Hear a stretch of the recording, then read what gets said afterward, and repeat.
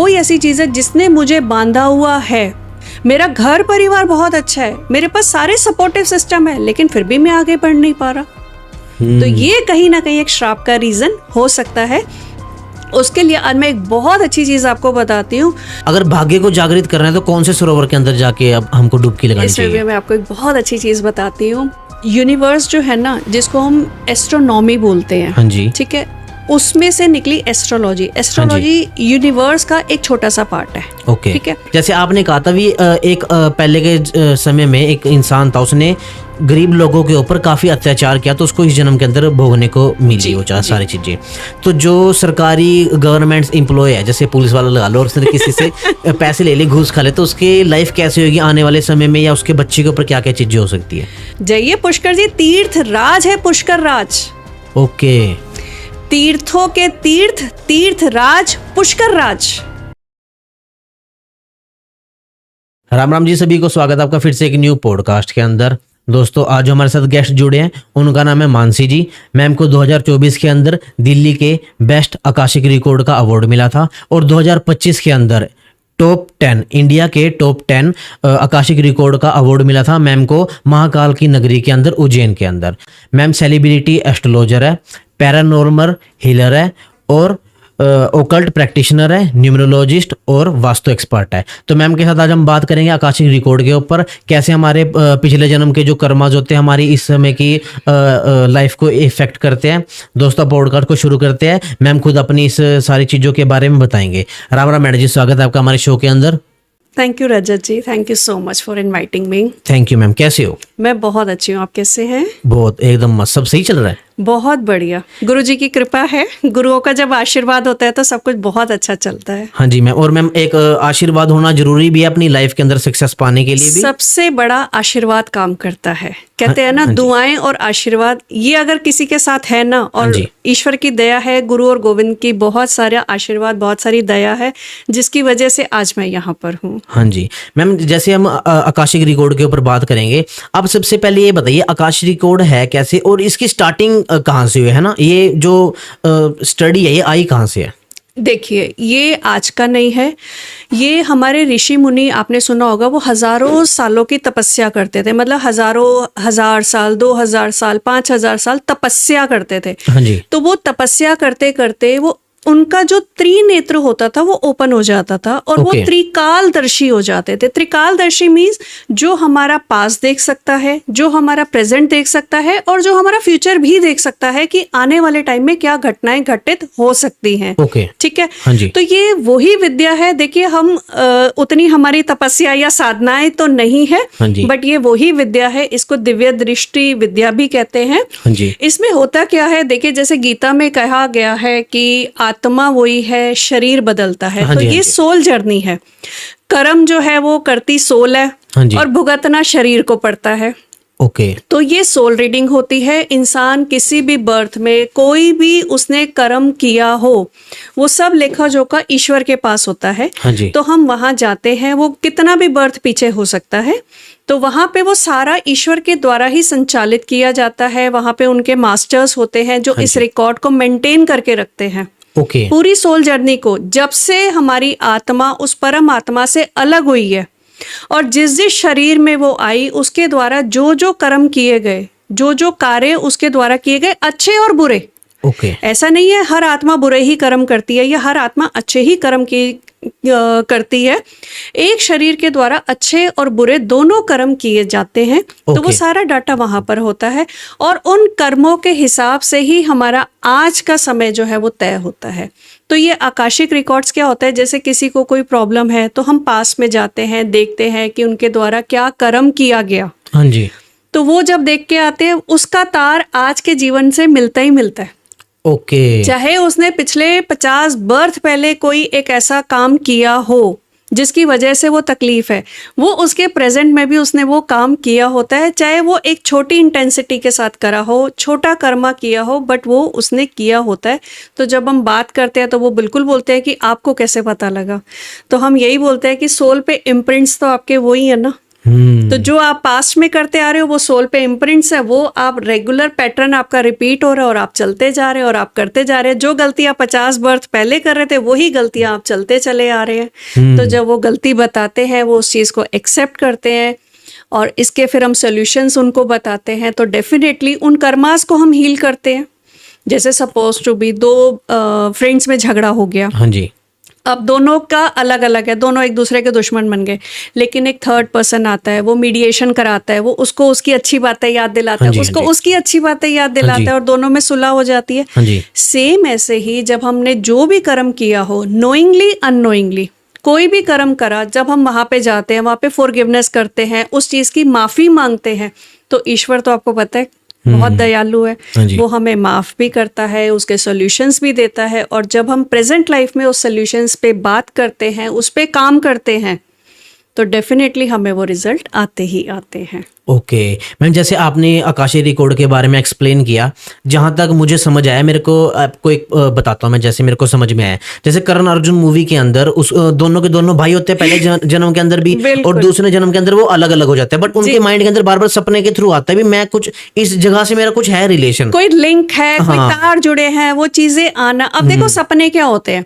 अब सपने जो है बिल्कुल तब आते हैं जब हम बिल्कुल सोए हुए होते हैं, जब हमारा जो कॉन्शियस माइंड है वो बिल्कुल सो चुका होता है, बट अनकॉन्शियसली हम लोग जागे हुए होते हैं। अब सपना आ रहा है, जो मेरे साथ सोया हुआ है उसको भी नहीं पता मेरे सपने पे चल क्या रहा है, लेकिन वो रियल लगता है, बिल्कुल बिल्कुल ऐसा लगता है रियलिटी। और कई बार उसमें ऐसी घटनाएं आ जाती हैं कि जब हम उठते हैं तो ऐसे लगता है कि वो हम जी रहे थे। तो ये क्या होता है, ये हमारे अवचेतन मन में वो सारे इम्प्रिंट्स होते हैं। वो हमारी चेतना है जो हमें जगाती रहती है और हमें बताती रहती है। तो इसीलिए कई बार कोई सपनों में देख लेता है कि आने वाले टाइम में ये कोई ये घटना घट सकती है, चाहे वो अच्छी हो या बुरी हो, किसी का एक्सीडेंट हो सकता है। तो ये सपने में जब अनकॉन्शियसली हम लोग एक्टिव होते हैं, हमारी चेतना जागी हुई होती है, तो वो यूनिवर्स के साथ कनेक्टेड होती है, तो वो हमें ग्लिम्स देती रहती है।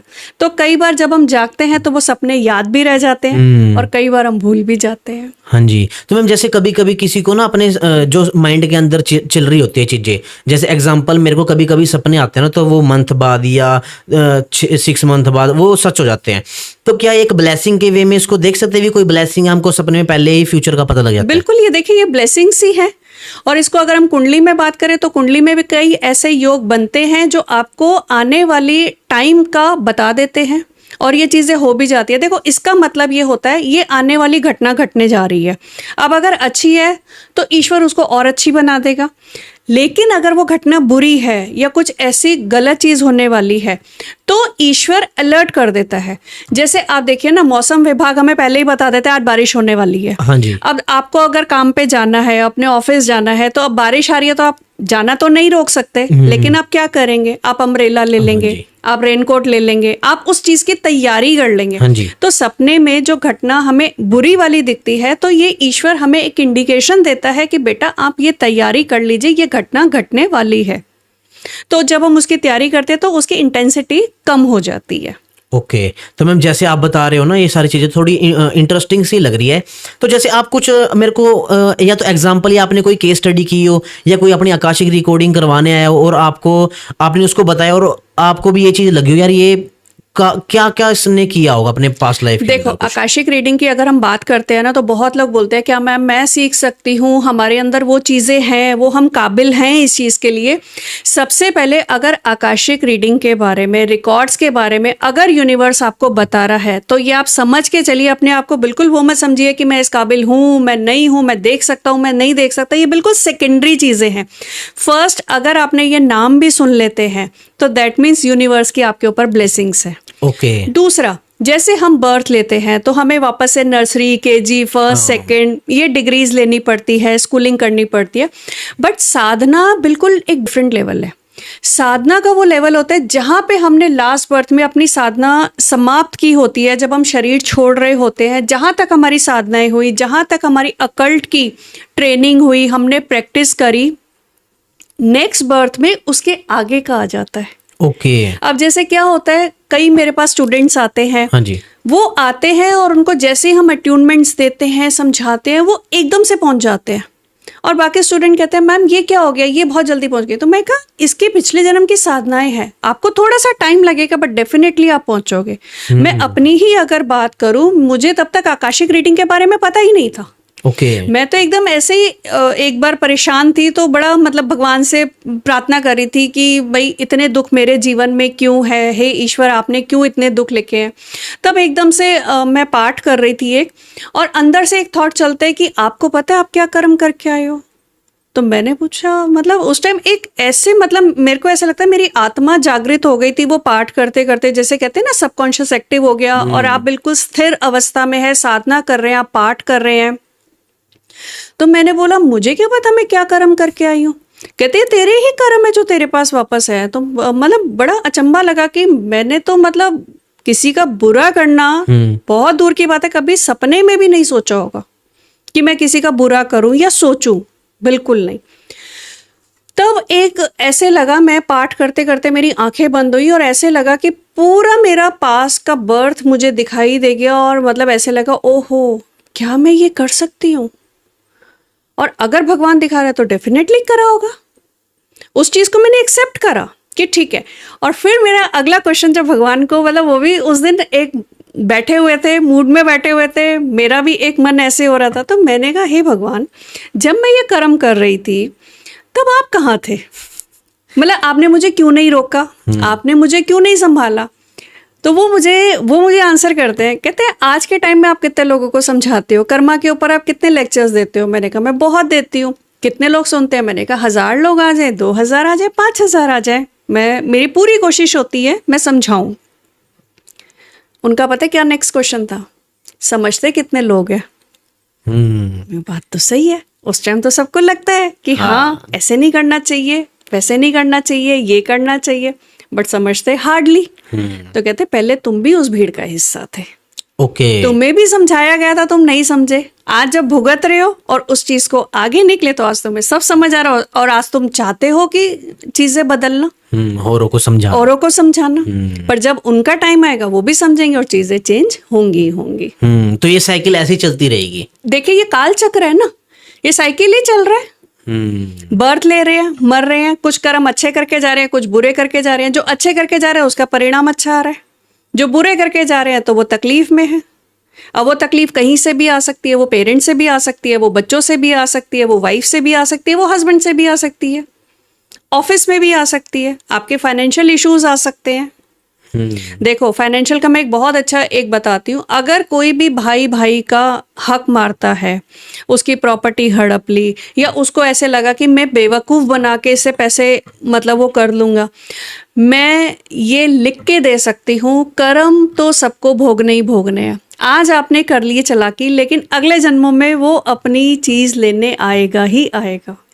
हम जितने मर्जी स्मार्ट बन जाए, लेकिन उसके आगे हम स्मार्टनेस हमारी कुछ नहीं चलती है। तो कर्मास कैसे डिसाइड होते हैं, अच्छे या बुरे? देखिए सारे कर्मास अच्छे होते हैं और सारे बुरे होते हैं, डिपेंड करता है नजरिए के ऊपर। हाँ ये होता है किसी को हम दुख ना दे, किसी के हम तकलीफ का कारण ना बने। तो जब हम ये करते हैं तो डेफिनेटली हमें उस चीज का भुगतान करना ही पड़ता है, और कर्म के बंधन से ना कोई छूटा है ना कोई छूटेगा। मतलब आप देखिए ना, आकाशिक के लिए जब हमारे पास आते हैं तो ऑब्वियस सी बात है वो कुंडली इतनी दिखा के आए होते हैं, अलग अलग एस्ट्रोलॉजर्स के पास होके आए हुए होते हैं, बहुत सारे उपाय करते हैं, नहीं लगते, तभी एंड में उनको ये लगता है कि अब हम देखना चाहते हैं हमने ऐसा क्या किया। और ऐसी ऐसी चीज़ें निकल के आ जाती है कि मतलब लोगों के गूज़बम्स आ जाते हैं और कहते हैं नहीं मैम आपने जो भी, मैं रूट कॉज, मतलब मेरा बिलीव रहता है मैं रूट कॉज पकड़ूं, मुझे कहानियां गढ़ने का कोई शौक नहीं है। आप ये प्रॉब्लम लेके मेरे पास आए, इसका रूट कॉज ये है। अब ये आपको एक्सेप्ट पहले करना पड़ेगा, क्योंकि जब तक एक्सेप्ट नहीं करोगे तब तक आपको माफ़ी नहीं मिलेगी, और जहां माफ़ी मिलेगी वहां चेंजेस आने शुरू हो जाएंगे। तो कई बार कई क्लाइंट आते हैं, हम उनका अभी सिर्फ रिकॉर्ड खोलते ही हैं। ये 10 दिन का मैं 10 दिन का टाइम लेती हूँ। करने वाले बोलते हैं कि हम सामने बिठा करके आंखें बंद करके आधे घंटे में भी बता देते हैं। वो आकाशिक रीडिंग नहीं होती, वो साइकिक रीडिंग होती है। अच्छा, आकाशिक रीडिंग हम खुद जब ध्यान अवस्था में बैठते हैं तब हम वहाँ पे जाके कोऑर्डिनेट करते हैं, वहाँ जाते हैं, वहाँ ईश्वर से प्रार्थना करते हैं। अब इसमें भी देखो कई बार चीज़ें होती है, कई बार किसी को पितृ दोष लगे होते हैं। अब सामने मेरे पास सोल्यूशन के लिए आया और उसके पितृ ही हमें रोक देते हैं। अच्छा, कि भाई इसके कर्म अच्छे नहीं है, इसने मुझे बड़ी तकलीफ दी है, तो आप इसको आगे का रास्ता मत दिखाइए।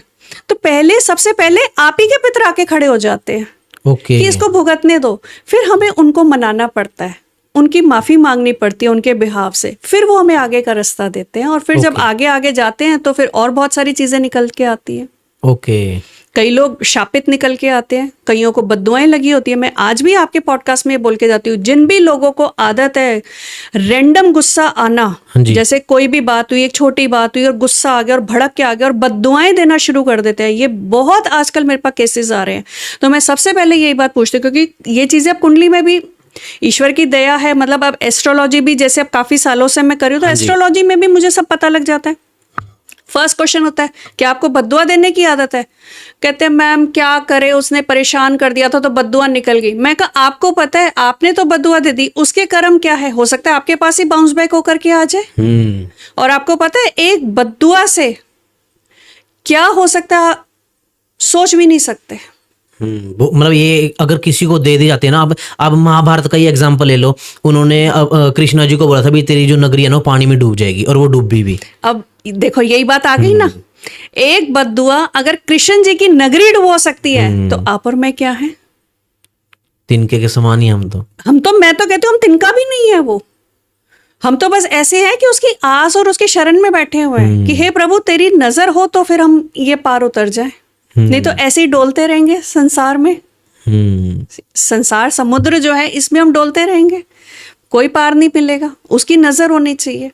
तो बद्दुआएं आजकल मेरे पास बहुत ज्यादा लोग आ रहे हैं जिनको बद्दुआ देने का मतलब उनके मुंह पे चढ़ा हुआ है। तो अभी लिटरली अभी कल परसों ही मेरे पास एक क्लाइंट आई, हस्बैंड वाइफ दोनों आए थे। तो मैंने उनके हस्बैंड की कुंडली आई थी मेरे पास, तो कुंडली देखी तो अच्छी थी, ठीक है, कुछ प्रॉब्लम्स थे, बट पता नहीं क्या वो उनकी वाइफ को लगा कि मैम एक बार मेरी देख लोगे। तो उनका जब देखा तो मैंने उनको बोला, मैं कहा मैम पहले एक चीज़ बताना और सही से बताना बिल्कुल। कहते नहीं मैम आपके सामने झूठ नहीं बोलेंगे। मैं कहा बद्दुआ देने की आदत है? हंस पड़ी। कहते मैम क्या करे, ये ना तंग बड़ा करते हैं तो निकल आती। मैं कहा देखो उससे हुआ क्या, आपकी चीजें सॉर्ट हुई नहीं हुई ना, ये कब आप ही के ही वो बद्दुआ जब आप किसी को देते हो ये आप ही के कर्मा को खराब कर रही है। और वो बढ़ते बढ़ते जैसे कहते हैं ना राई का पहाड़ बन जाना। तो बद्दुआ कभी पहले शुरू करी, एक को दी, अब 4 को देनी, आदत में आ गई ना, बढ़ती जा रही है।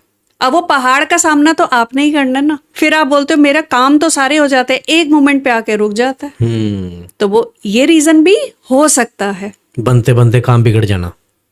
वो किसी की कब, अब आपने अगर किसी को बद्दुआ दी तो बदले में उसने भी तो कुछ कहा होगा, चाहे मैं कहती हूँ मुंह पे ना बोला हो, मन में ही बोल दिया हो, और मन की बद्दुआ बहुत गहरी लगती है। और ये बद्दुआएं पास से भी आ रही होती हैं। अच्छा, अब देखो मैं इस पे एक चीज और बताना चाहूंगी। अब कई लोगों को मन्नतें मांगने की आदत होती है। हाँ, कहीं पे भी गए वहां मन्नत मांग के आ गए, हे ईश्वर मेरा ये काम कर दे तो मैं ये कर दूंगी। अब देवी के पास गए तो हे देवी ये काम कर दे, ये कर दूंगी। कहीं वैसे हम गए किसी भी तीर्थ स्थान पे गए तो वहां पे हम मन्नत मांग के आ गए। अच्छा, मन्नत मांगे, वापस आए और भूल गए। ये कई बार जहां जिस शक्ति पीठ पे या जिस भी जगह हम मन्नतें मांग के आते हैं और भूल जाते हैं, कई बार वो ही हमारे रास्ते में रुकावटें आ जाती हैं, क्योंकि वो याद दिला रही होती है चीज। मन्नत मतलब हम उनको बांध के आ गए। हाँ जी, कि भाई हम उनको बाध्य करके आ गए कि हे देवी तुझे मेरा ये काम करना है, ये मैं धागा बांध के जा रही हूँ। बांध के मतलब हम उस शक्ति को बांध के आ गए। अब वो शक्ति तो चाहेगी ना मुझे खोलो, अब हम भूल गए और उसको बांध के आ गए, तो तकलीफ कहाँ आएगी? फिर जब हम बैठते हैं बात करते हैं, क्या आपने मन्नत तो नहीं मांगी? अभी मेरे पास एक रिसेंटली केस आया, एक अंकल आंटी जी आए, बुजुर्ग थे। हाँ जी, तो आंटी जी ने मांगी हुई है मन्नत तिरुपति बालाजी की। अब मन्नत मांगते हुए तो मांग ली उन्होंने कि हे बालाजी महाराज मेरा ये काम कर दो, तो मैं वहां पे बाल दिए जाते हैं कि मैं अपने बाल देने आऊंगी। हाँ जी, अब वो काम हो गया, बच्चे बड़े हो गए, उनके बच्चे हो गए, बच्चों के लिए मन्नत मांगी, आज वो बच्चे बड़े हो गए, यूएस में सेटल है, ओके, उनके बच्चे हो गए, अभी तक गए नहीं, अभी तक गए नहीं। अब देखो मैं ये नहीं कह रही कि उसका परिणाम है, अब उसके पोते को प्रॉब्लम निकल गई, वो पोते की कुंडली लेके आई थी मेरे पास। तो मैंने जब देखा, मैं कहा आंटी को मन्नत, बेटा जी ऐसे, मैं कहा आंटी जी मत देखिए कि बाल मेरे इतने बड़े हैं, इस एज में मुझे लोग क्या बोलेंगे, आप जाइए और सबसे पहले अपनी मन्नत पूरी करके आइए। तो अगर आप नहीं कर सकते ना, तो कहीं पे मन्नत मत मांगिए।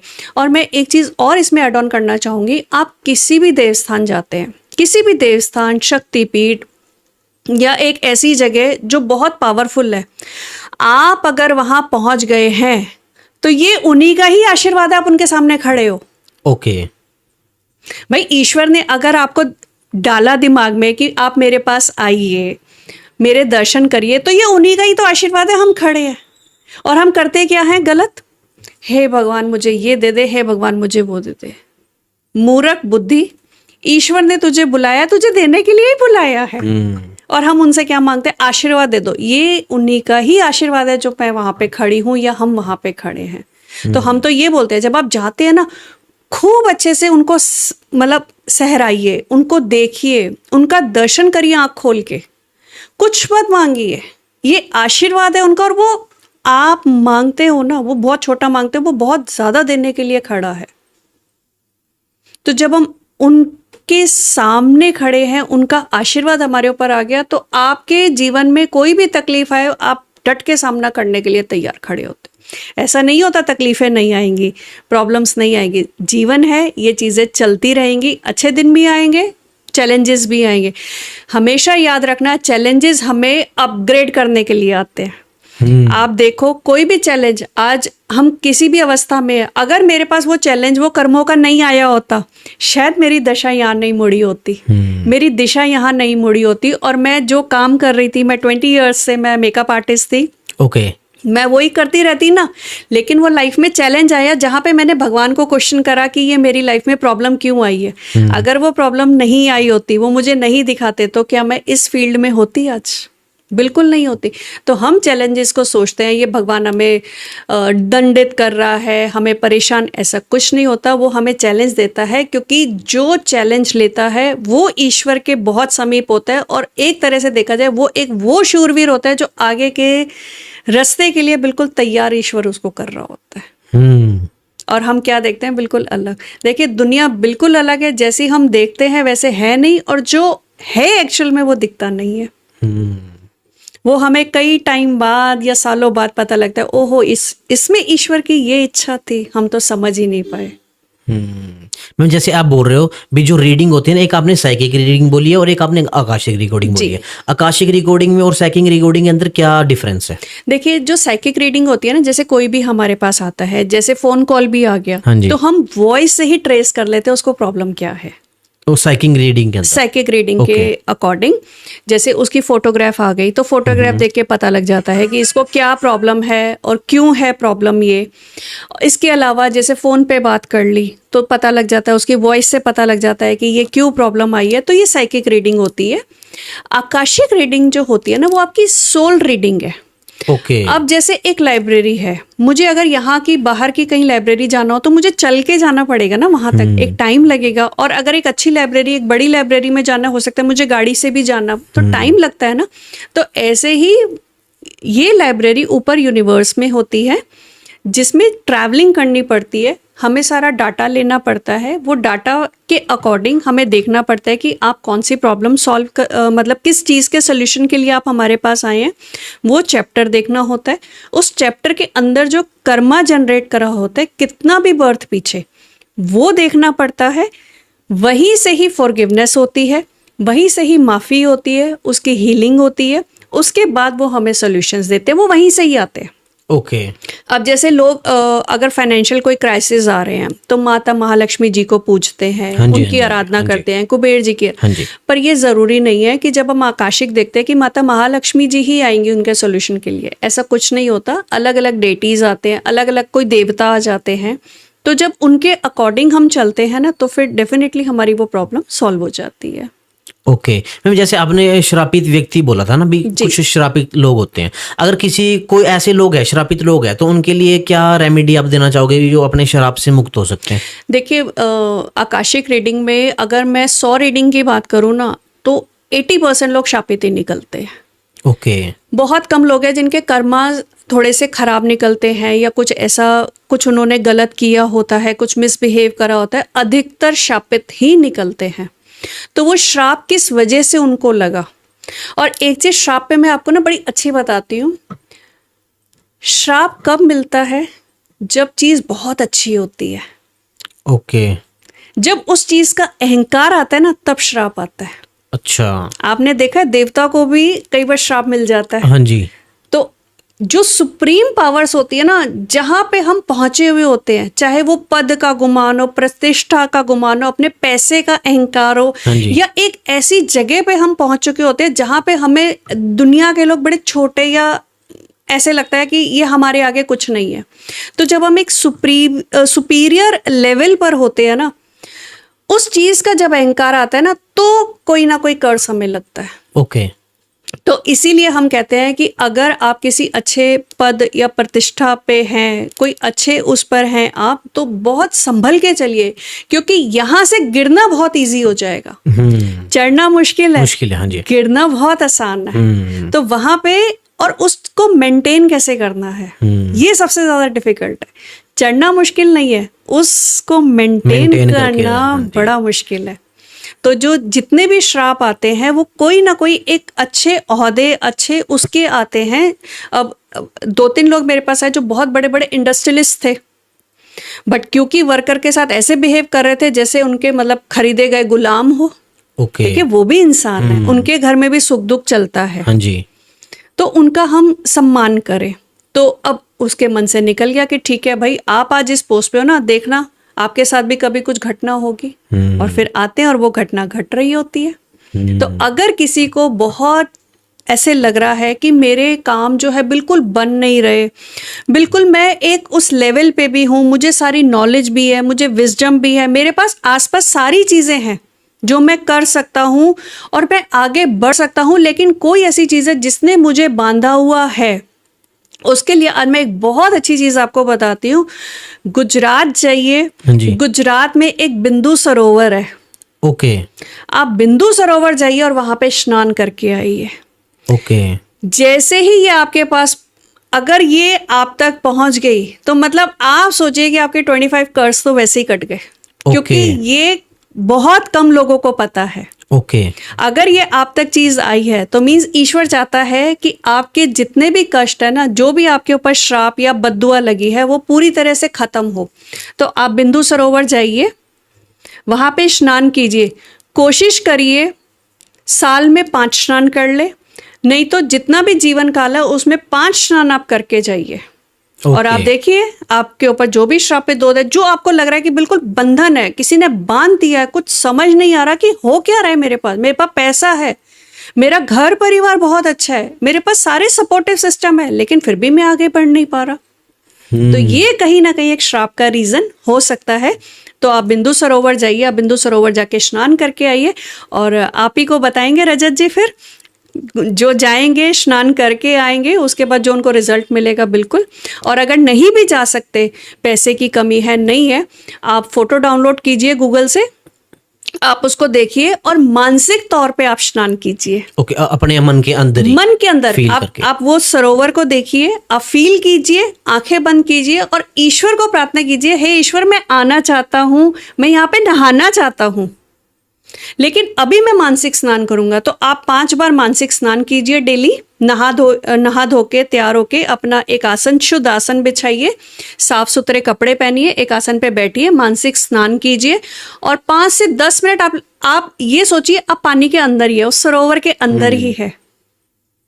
और आप देखिए, और जैसे ही आपका जब ईश्वर उस चीज को चैनलिंग करेगा, वहां तक भी पहुंचेंगे और आप वहां पे स्नान भी करके आएंगे और आप देखिएगा आपके जीवन में परिवर्तन जरूर होगा। ओके। मतलब अगर किसी को कोई शराप लग गया, किसी ने बद्दुआ दे दी और उसे बचने के लिए आपको इस सरोवर के अंदर स्नान करना चाहिए। बिल्कुल। ओके। बिल्कुल। जैसे आपने अभी कर्जे के बारे में बताया, किसी बद्दुआ के बारे में बताया, अगर भाग्य को जागृत करना है तो कौन से सरोवर के अंदर जाके अब हमको डुबकी लगानी चाहिए? इसमें मैं आपको एक बहुत अच्छी चीज बताती हूँ।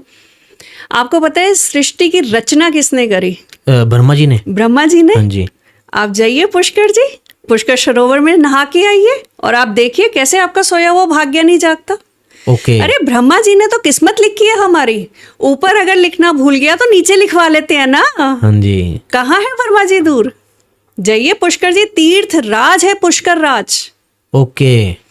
तीर्थों के तीर्थ, तीर्थ राज, पुष्कर राज। पूरे संसार में एक ही मंदिर है ब्रह्मा जी का। अच्छा, और वो पुष्कर में है? वो पुष्कर में है। अच्छा, आप वहां जाइए, ओके, वहां जाइए, आप पूजा अर्चना कीजिए। अगर आप करवा सकते हैं तो आप जरूर वहां पे ब्रह्मा जी का अभिषेक कराइए। सुबह 4-4:30 बजे अभिषेक होता है, ओके, जिसमें 4 लोगों की एंट्री होती है और आप 4 लोग फैमिली के जाइए, आप वहां पे अभिषेक करिए। अब मैं कहती हूँ ना आनंद आए तो आप बोलना। पुष्कर सरोवर जी आप जाइए, पुष्कर सरोवर आप नहा के आइए। ओके, जा सकते हैं पूर्णिमा जाइए, पूर्णिमा में स्नान करके आइए। मैं आपको हर कार्तिक पूर्णिमा पे वहीं मिलूंगी।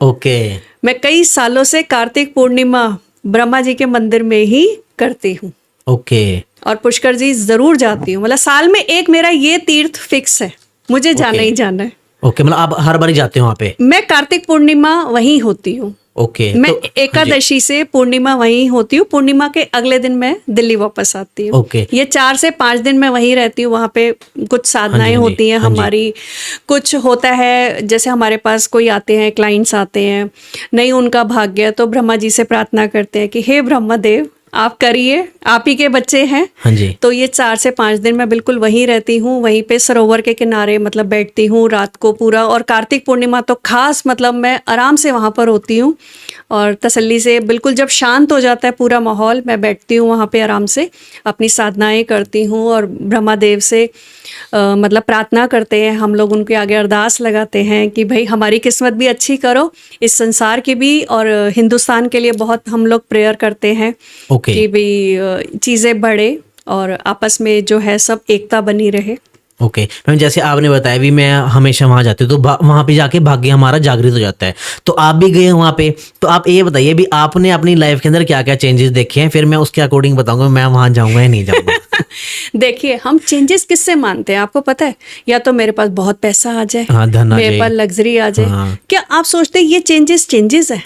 एक तरह से देखा जाए तो हमारी पैसा तो देखिए पैसा बहुत जरूरी है, नो डाउट पैसा बहुत जरूरी है, लेकिन इतना भी जरूरी नहीं है। सबसे पहले आपको संतुष्टि आनी चाहिए। हाँ, आप अंदर से इतने मजबूत हो कि आपके पास पैसा है, आपके पास नहीं है, लेकिन आप मजबूत हो उस चीज को करने के लिए।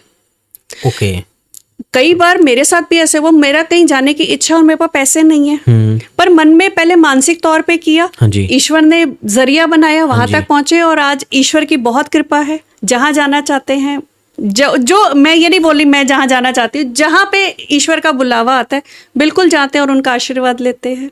ओके, तो ये चीजें होती है कि आपके पास सब कुछ, देखिए ईश्वर ने हमें भरपूर करके दिया है। अब हमारी इच्छाएं जो है बहुत ज्यादा है। देखिए जितना हमें खाना खाना है, हम ओवर ईटिंग करेंगे तो क्या होगा? हाँ जी, बैक आ जाएगी। तो जो भी चीज ओवर आप करेंगे ना तो वो हमेशा बैक ही आएगी।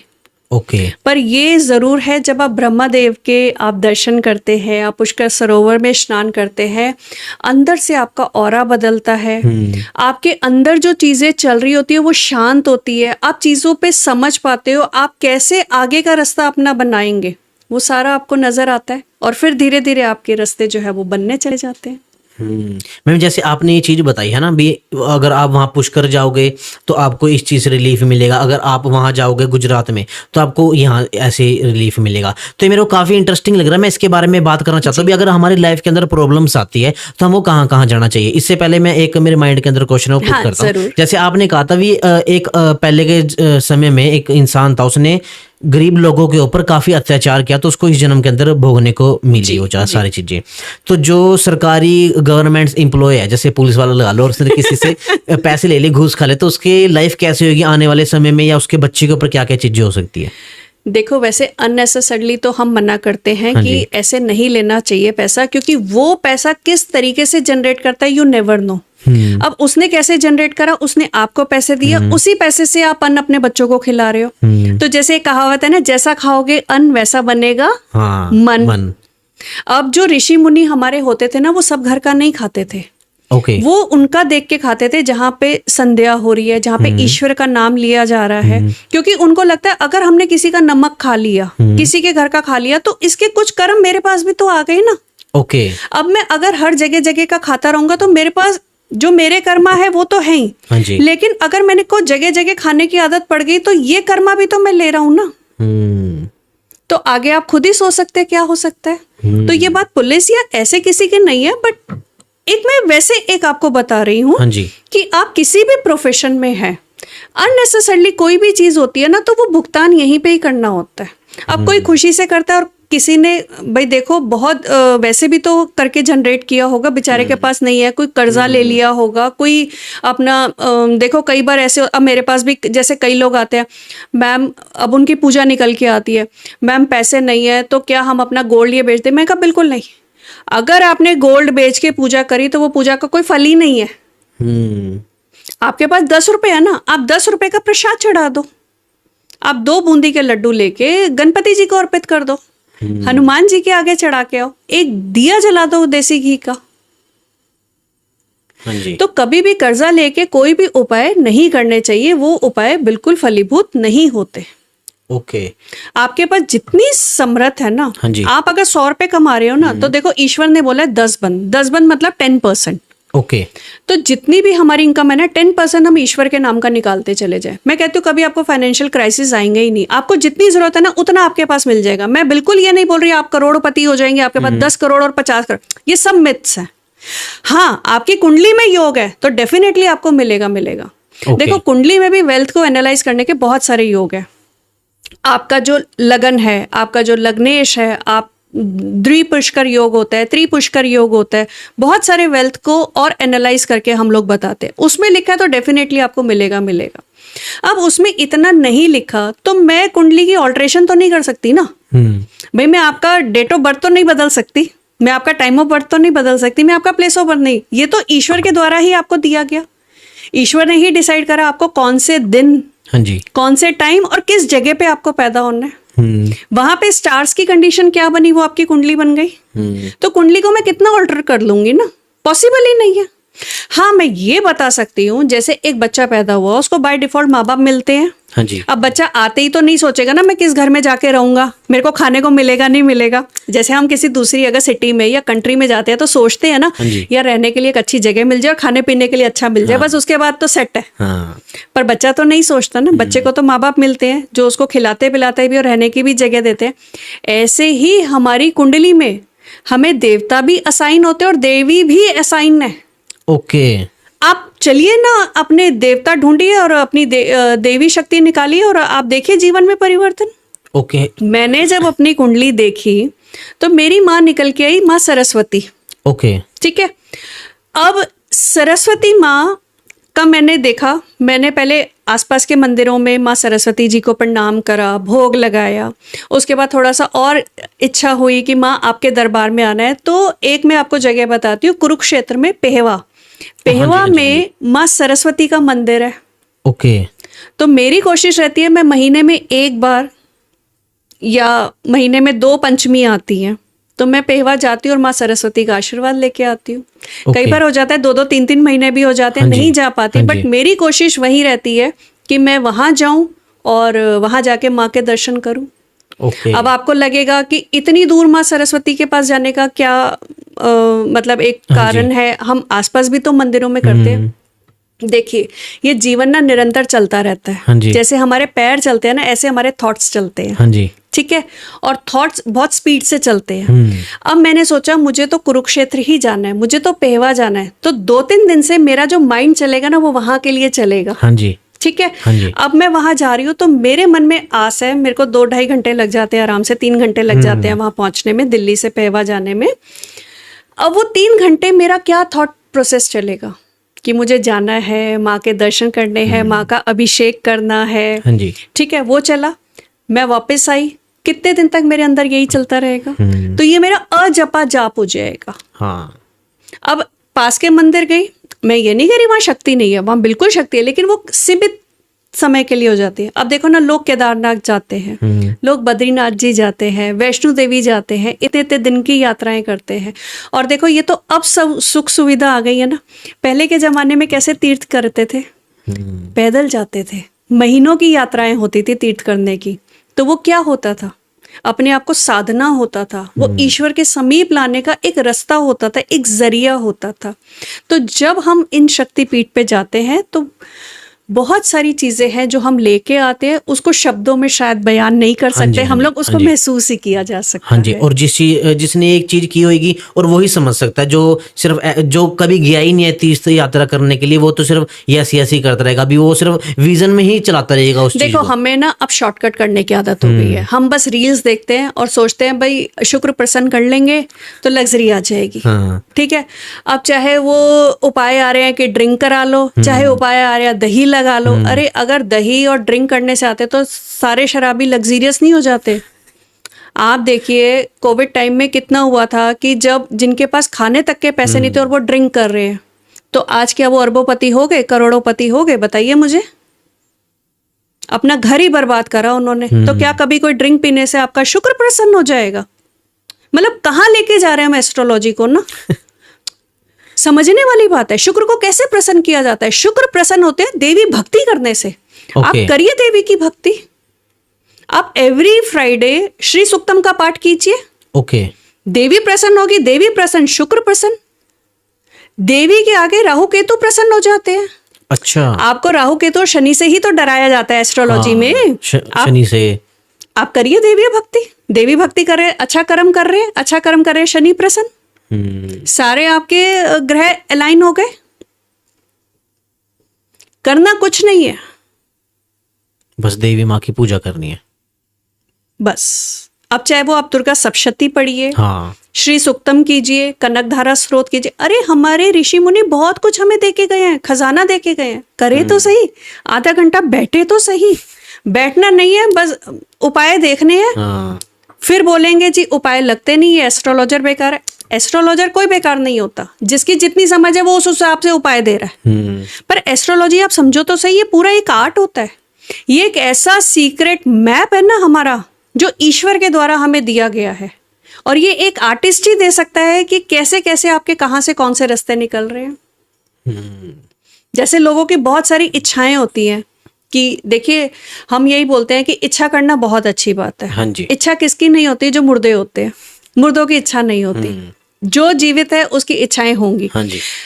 मुक्ति पाना भी तो इच्छा ही है, मोक्ष पाना भी तो इच्छा ही है। हाँ जी। तो इच्छा जो भी है, हम अपने 11th हाउस को देखें। 11th हाउस में कौन सी राशि है, कौन से ग्रह बैठे हुए, उसके हिसाब से देखें। अब वो इच्छा भी पूरी होगी नहीं होगी। अब यही मैनिफेस्टेशन करते रहते हैं कि आप मैनिफेस्ट करो तो सही, ईश्वर बहुत देगा। अरे भाई, मैनिफेस्टेशन में आप उसका देखो तो सही। अब किसी की तो फुलफिल हो जाती है मैनिफेस्टेशन, हाँ जी। किसी की होती ही नहीं है। लोग लगे पड़े हैं सालों से मैनिफेस्टेशन करने के लिए, क्यों नहीं पूरी होती? अब 11th हाउस में अगर कोई मेलेफिक प्लैनेट बैठा हुआ है, वही प्लैनेट आपके द्रेषकांड का मालिक बन रहा है, वही आपका विनाशिक नक्षत्र बन रहा है, या पाप कतरी में बैठा है, तो कैसे आपकी मैनिफेस्टेशन होगी? ना, हो ही नहीं सकती। आप लगे रहो, आप करते रहो इसमें। ये सब चीजें देखनी पड़ती हैं, समझनी पड़ती है, उसके बाद ये चीजें आप पे वर्क करती हैं। ओके मैम, जैसे हम बात कर रहे थे भी अपनी प्रॉब्लम्स के अकॉर्डिंग हमको कौन से तीर्थ स्थान पे जाना चाहिए और कौन से सरोवर में जाके हमको स्नान करना चाहिए। अब इसके बारे में बताओ, कौन कौन सी प्रॉब्लम के अकॉर्डिंग चलते हुए उसके हम कौन से तीर्थ स्थान पे जा सकते हैं? देखिए, ऐसे तीर्थ तो बहुत सारे स्थान है, हाँ जी। बट आज मैं आपको एक बहुत अच्छी चीज देके जाती हूँ। 12 राशियां होती हैं। हाँ जी। 12 ही घर होते हैं। हाँ जी। ठीक है, हर घर को एक ज्योतिर्लिंग असाइन है। अच्छा, ओके। 12 ज्योतिर्लिंग है। हाँ जी। ठीक है। हाँ जी। अब अगर हम कुंडली के हिसाब से अपने ज्योतिर्लिंग की यात्रा कर लेते हाँ जी। हैं, तो हमारी इच्छाओं की पूर्ति हो जाती है। मैंने आपको एक बहुत अच्छी चीज बताती हूँ। देखो, हाँ जी। 12 ज्योतिर्लिंग है। हाँ जी। हाँ जी। 12 राशियां हैं। हाँ जी। ठीक है, 12 ही हाउसेज हैं कुंडली में। अब मैं आज आपको ना बहुत अच्छी चीज एक बताती हूँ, इच्छा पूर्ति। हाँ जी। अब आपकी कोई भी इच्छा हो सकती है। वैसे हाँ जी। तो पैसे का भाव अलग होता है, पराक्रम का भाव अलग होता है, भाग्य का भाव अलग होता है। हाँ जी। बट आज मैं आपको इच्छा पूर्ति का बताती हूँ। ओके। अब इच्छा पूर्ति आपकी डिजायर कुछ भी हो सकती है। हाँ जी। ठीक है, वो आपकी डिजायर को भी फुलफिल करेगी, आपको लिक्विड मनी भी देगी, और समाज में आपके लिंक्स भी बनाएगी। ओके। जब समाज में लिंक्स होंगे तभी तो आपकी इच्छा पूर्ति होगी, और तभी तो पैसा आएगा। अब आप किसी से बात करेंगे नहीं तो कहाँ से आपकी इच्छा पूर्ति होगी ना।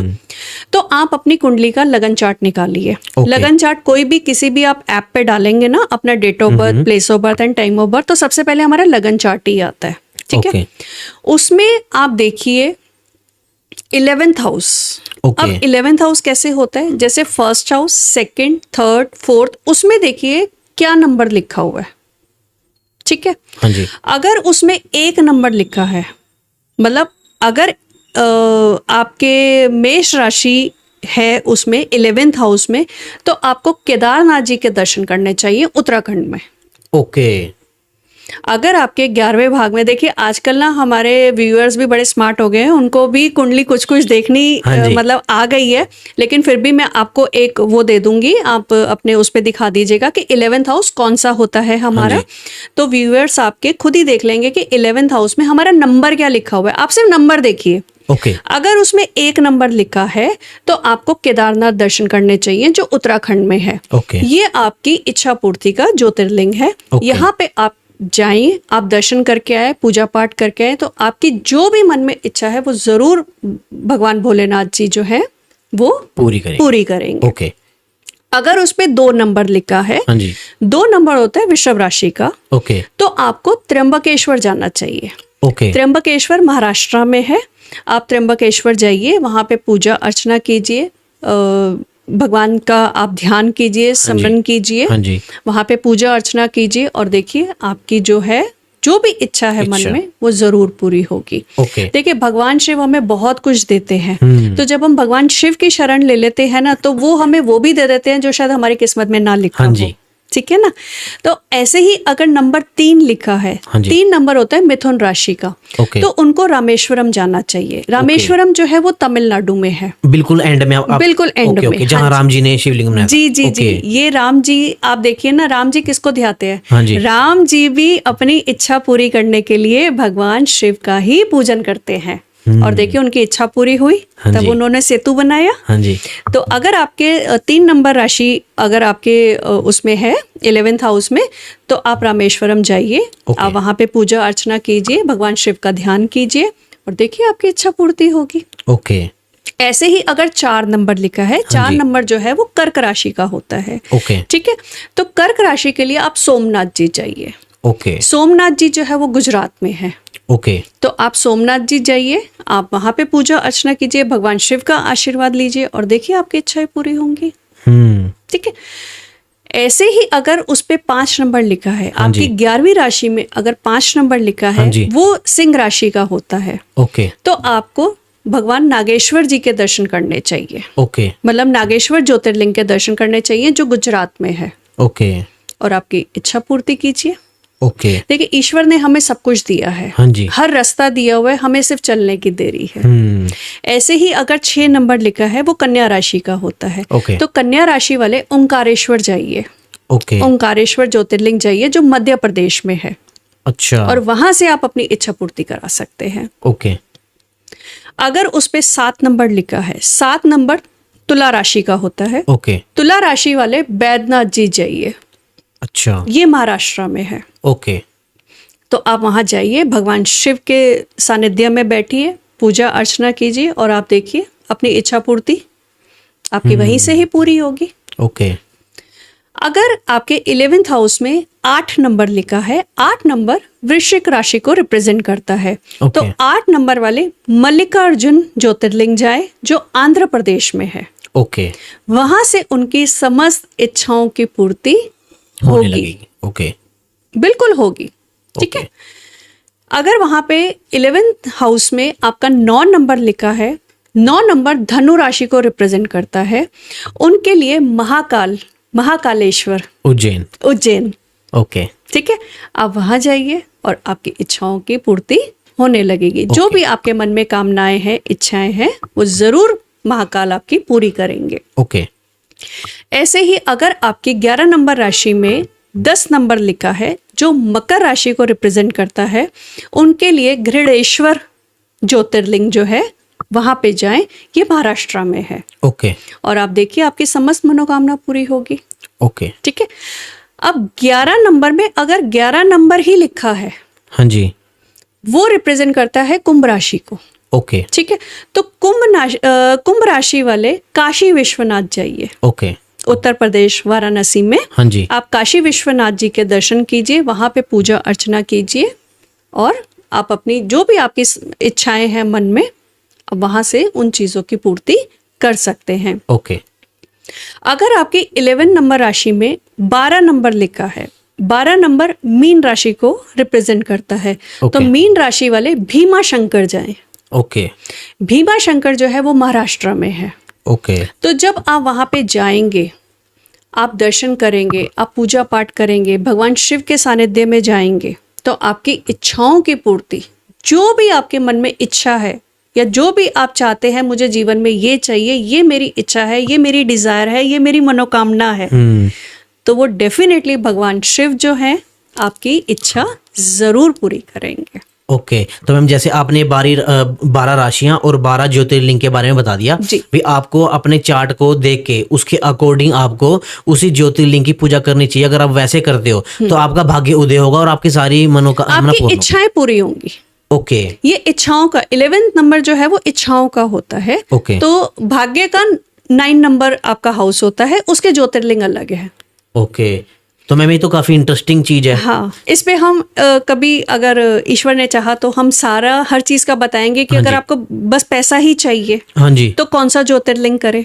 ओके। आपको नेम फेम चाहिए, आप मीडिया में है, तो आपको लगन के हिसाब से कौन से उसमें जाना चाहिए, कौन से ज्योतिर्लिंग जाना चाहिए। अच्छा। तो ये सब साइन है। ओके। तो ये जो आज मैंने आपको बताया इच्छा पूर्ति, देखो बहुत लोगों की बहुत सारी इच्छाएं होती है कि मेरे मन में ये इच्छा है, मेरे मन में ये इच्छा है, तो ये इच्छाओं का है। तो इच्छा पैसे की भी हो सकती है, नेम फेम की भी हो सकती है, आपके डिजायर्स की भी हो सकती है, आपके सोशल लिंक्स की भी हो सकती है। ओके। है ना। तो भगवान शिव जो है समस्त कामनाओं की पूर्ति करने वाले हैं, तो वो जरूर आपको देंगे। मैम जैसे आप न्यूमरोलॉजी भी करते हो, अब न्यूमरोलॉजी के बारे में थोड़ा डिस्कस करते हैं। जैसे डेट ऑफ बर्थ होती है हमारी, है ना, तो कहते हैं जैसे 1 है वो सूर्य का है और 2 जो है वो चंद्रमा का है। तो अब इसके बारे में थोड़ा बताइए, हमारी डेट ऑफ बर्थ के अकॉर्डिंग मतलब किन देवी देवता का हम थोड़ा पूजन कर सकते हैं।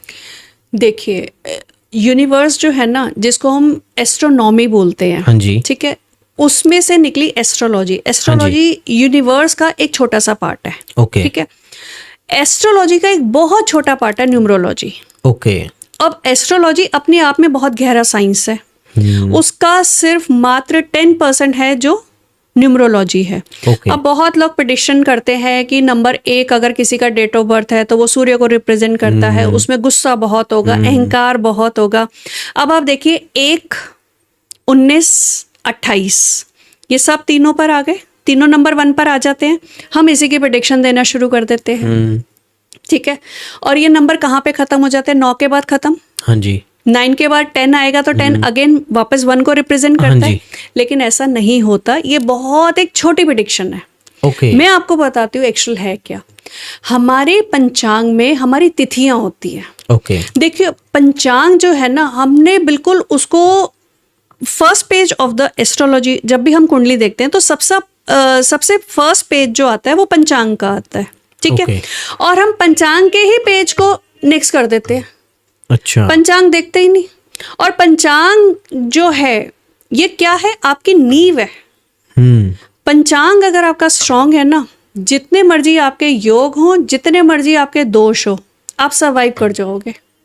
पंचांग वीक है ना, जितने बढ़िया से बढ़िया आप कुंडली में योग लेके बैठो, वो योग एक्टिव ही नहीं होते। अब कई लोग बोलते हैं मैम हमारी कुंडली में तो ये योग है, क्योंकि वो पॉडकास्ट देख के, रील्स देख के अब उनको भी समझ आने लगा कि ये और ये युति हो तो ये महालक्ष्मी योग बन जाता है, ये दूसरा योग बन जाता है, मतलब ऐसे करके बहुत सारे योग होते हैं। हाँ जी।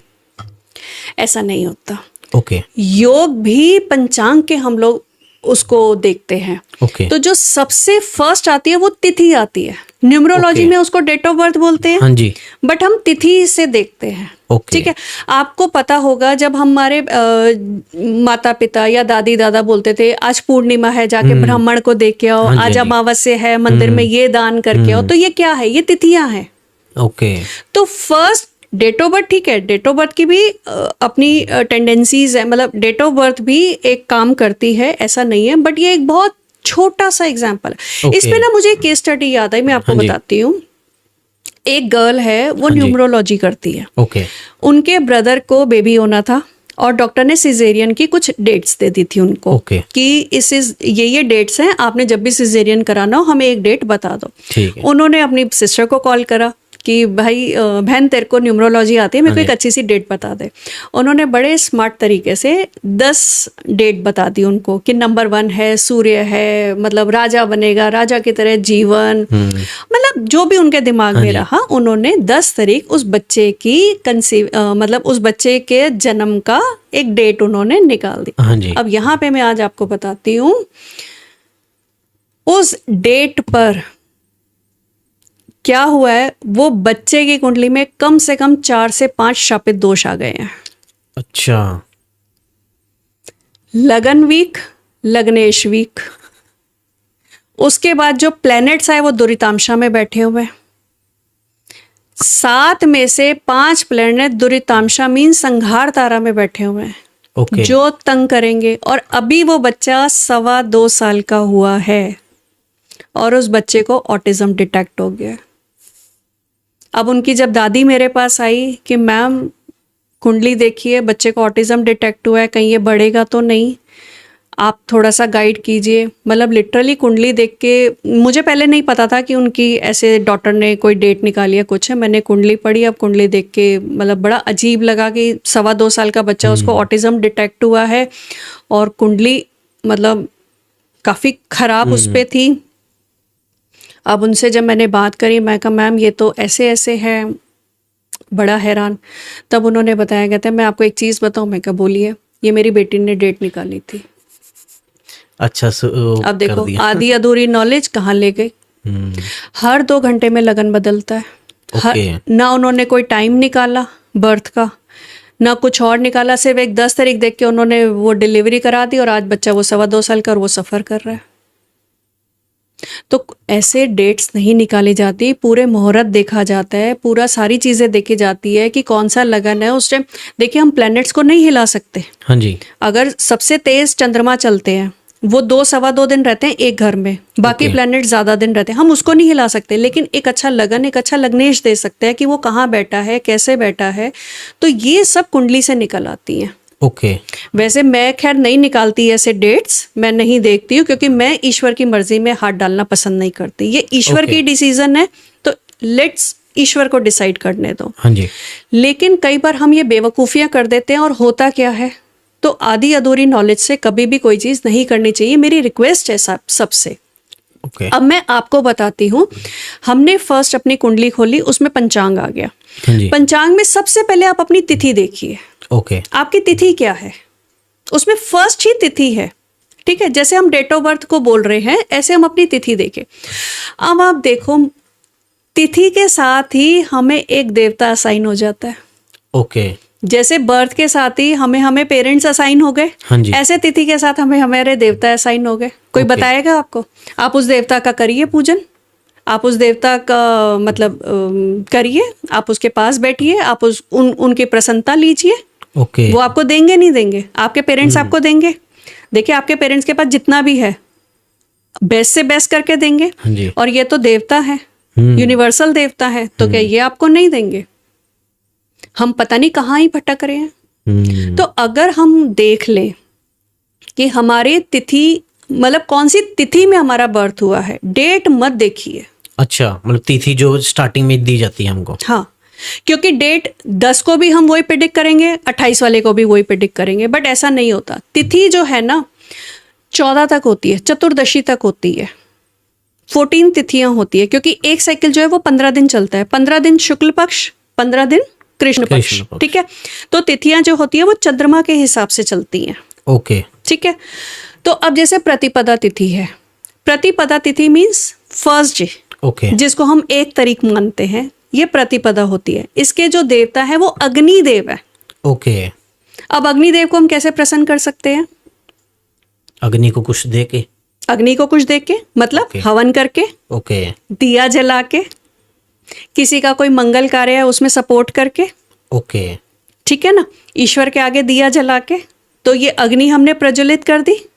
अग्नि को जब हमने सम्मान दिया तो क्या हमारे देवता प्रसन्न हो गए? हमें तिथि के अच्छे इफेक्ट आने शुरू हो जाएंगे। अब प्रतिपदा तिथि में भी होता है कि बहुत गुस्सा रहता है, हिडन एंगर होता है, लेकिन अब उस एंगर को आप कैसे यूज कर रहे हैं ये आपके ऊपर है ना। अगर एक अच्छी चैनलिंग मिल जाए तो कहाँ से कहाँ आप पहुंच जाओगे।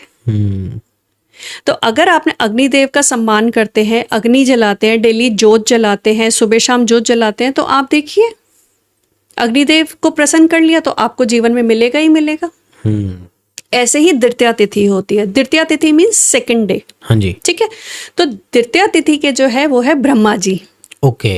ठीक है, आप ब्रह्मा जी के स्थान जा सकते हैं, पुष्कर जी, पुष्कर राज, आप वहां जाइए, उनके दर्शन कीजिए। नहीं कर सकते, देखिए ब्रह्मा जी की घर में पूजा नहीं होती और कोई अलग से मंदिर नहीं है, तो आप वैसे ही मानसिक तौर पे उनको प्रणाम कर सकते हैं। मतलब आप मंदिर को आप गूगल पे फोटो निकाल के आप उनको प्रणाम कर सकते हैं। ठीक है, और ब्रह्मा जी आपको देखो ढेर सारा आशीर्वाद देंगे। ओके। ये लोग बहुत क्रिएटिव होते हैं। अच्छा। द्वितीया तिथि वाले बहुत क्रिएटिव होते हैं। डायरेक्टर बहुत अच्छे होते हैं, हर चीज को डायरेक्शन बहुत अच्छी दे सकते हैं, क्रिएटिव तरीके से और ज्यादा अच्छी तरीके से कर सकते हैं। तो अगर आपको लग रहा है आपकी द्वितीया तिथि है और आप कुछ अच्छा नहीं कर पा रहे, तो आप देखिए जैसे आप ब्रह्मा जी को आप प्रसन्न करेंगे, आपकी क्रिएटिविटी जो अंदर दबी हुई है वो बाहर आ जाएगी। ओके। ऐसे तृतीया तिथि, अगर हमारी तृतीया तिथि है तो इसकी माता जो है वो गौरी माता है। ओके। माँ पार्वती जी। जी। अब माँ पार्वती जी का नाम आते ही क्या आता है? खूबसूरत, सुंदर, वेल मेंटेन। तो आप माँ पार्वती जी के दर्शन करके आइए, उनको श्रृंगार का सामान चढ़ाइए। और आप देखिए, और तृतीया तिथि वाले बहुत ज्यादा विजडम वाले होते हैं। नॉलेज बहुत ज्यादा होती है। 3 तरीके ना, अगर मैं न्यूमरोलॉजी की बात करूँ तो 3 तरीके हो गए, विजडम, नॉलेज, बहुत ज्यादा ज्ञान, पर उस ज्ञान को सामने रख नहीं पा रहे। नॉलेज बहुत है, ज्ञान बहुत है, बट प्रेजेंट नहीं कर पा रहे। कैसे प्रेजेंट करें? तो आप गौरी माता की पूजा कीजिए, उनको श्रृंगार का सामान चढ़ा के आइए, उनको चूड़ियां भेंट कीजिए, उनको चुनरी चढ़ाइए, और आप देखिए आप कैसे क्रिएटिविटी आपकी बाहर आएगी और आपको जीवन में तरक्की मिलेगी। ओके। ऐसे चतुर्थी तिथि, अब अगर न्यूमरोलॉजी में 4 नंबर की बात करें तो हम राहु राहु राहु राहु राहु, ठीक है, बट चतुर्थी के देवता है गणपति जी। ओके। गणेश जी, वो हमें क्या देते हैं? बुद्धि देते हैं, ज्ञान देते हैं, लिखने की कला देते हैं। आप करिए गणपति जी को प्रसन्न। देखिए गणेश चतुर्थी, तो गणेश जी की ही तिथि है चतुर्थी, इसलिए गणेश चतुर्थी, वो चतुर्थी वाले दिन गणपति जी आते हैं। ओके। तो वैसे भी जब भी आप रैंडम आप पंचांग देखने की, मैं कहती हूँ आदत ना सबको होनी चाहिए। ओके। हम डेट तो देख लेते हैं कि ये डेट है, ये महीना है, पंचांग नहीं देखते कौन सी तिथि चल रही है।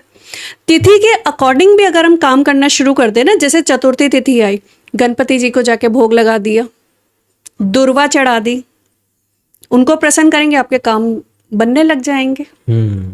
ऐसे ही पंचमी तिथि, अब पंचमी तिथि अगर आपकी है तो उसके जो देव हैं वो है नाग देवता। ओके। अब नाग देवता क्या होते हैं? शांत है, जब तक आप उनको छेड़ोगे नहीं, छेड़ोगे तो फिर वो छोड़ेंगे नहीं।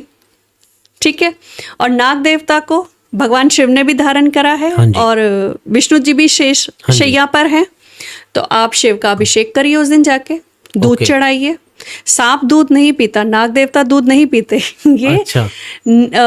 शिवलिंग पे नाग देवता को दूध चढ़ाया जाता है। पर लोग तो कहते हैं भी जैसे नाग देवता को दूध देना चाहिए। नाग देवता को कभी दूध नहीं दिया जाता। जहाँ पे नागदेव होते हैं ना, अगर पता है कि यहाँ पे नागदेव है, ये बिल है नाग का, तो बाहर दूध रखा जाता है। ये टोटका है। अच्छा, ये क्या काम आता है ये टोटका? आपके कितने भी कार्य संवारने के लिए ये टोटका बहुत काम आता है। अच्छा। अभी पीछे नाग पंचमी गई, हाँ जी, तो देखिए आप कितने अभिषेक हुए हैं, और मैंने बताया भी था 5 अलग अलग शिवलिंग पे जाके आप अभिषेक करिए। हाँ जी, तो वो नाग देवता की प्रसन्नता के लिए लिया हुआ है। ओके। देखिए जो मणि है ना, वो नाग देव के पास है, और नाग ही है जो इच्छाधारी होते हैं, कभी भी कोई भी रूप बना लेते हैं, और उनका जीवन काल बहुत लंबा होता है। ओके। और जब उनको लगता है कि मुझे ये काम करना है, बहुत फ्लेक्सिबल होते हैं, वो कहीं भी घुस जाते हैं, तो फ्लेक्सिबिलिटी आती है लाइफ में। ओके। जैसे लगता है ना ये रिजिड इंसान है, ये तो काम ही नहीं करेगा, ये तो मानेगा ही नहीं, आप नाग देवता को प्रसन्न कीजिए। ओके। नाग देवता मतलब ये नहीं कि आप असली नाग के पास चले जाए फिर वो डंक मार देंगे। ऐसे तो नहीं मारते वो डंक, अनटिल अनलेस आप उनको छेड़ो ना। बट हाँ, आजकल देखिए शहर बन चुके हैं, वो इतने हैं नहीं, वो जंगलों में ही पाए जाते हैं, और जंगल में तो कोई जाएगा नहीं। तो आप शिव के ऊपर जो नाग देवता है वासुकी जी, उन पे अभिषेक करिए आप, और आप देखिए आपको लग रहा है कि रिजिडिटी है, आप नाग देवता का पूजन कीजिए, फ्लेक्सिबिलिटी आ जाएगी। ओके। आप लॉजिक समझिए ना चीजों का, आप लॉजिक से काम करेंगे, चीजें आपके लिए काम आएंगी ही आएंगी। ऐसे ही पंचमी तिथि है, सॉरी षष्ठी तिथि है। अब षष्ठी तिथि के देवता हैं कार्तिकेय जी। ओके। कार्तिकेय जी आप देखिए, शिव परिवार, कार्तिकेय जी आप वहीं पे आपको मिलेंगे। और साउथ में कार्तिकेय जी को बहुत माना जाता है, मुर्गन भी बोला जाता है उनको। ओके। और बहुत मानता है उनकी, साउथ में। साउथ में ओके। बहुत बहुत पूजा की जाती है उनकी। साउथ साइड में तो कोई मंदिर भी है बहुत सारे, साउथ में तो बहुत मंदिर है। ओके, पर अपने इस साइड तो मैंने सुना नहीं अभी कोई कार्तिकेय जी का मंदिर।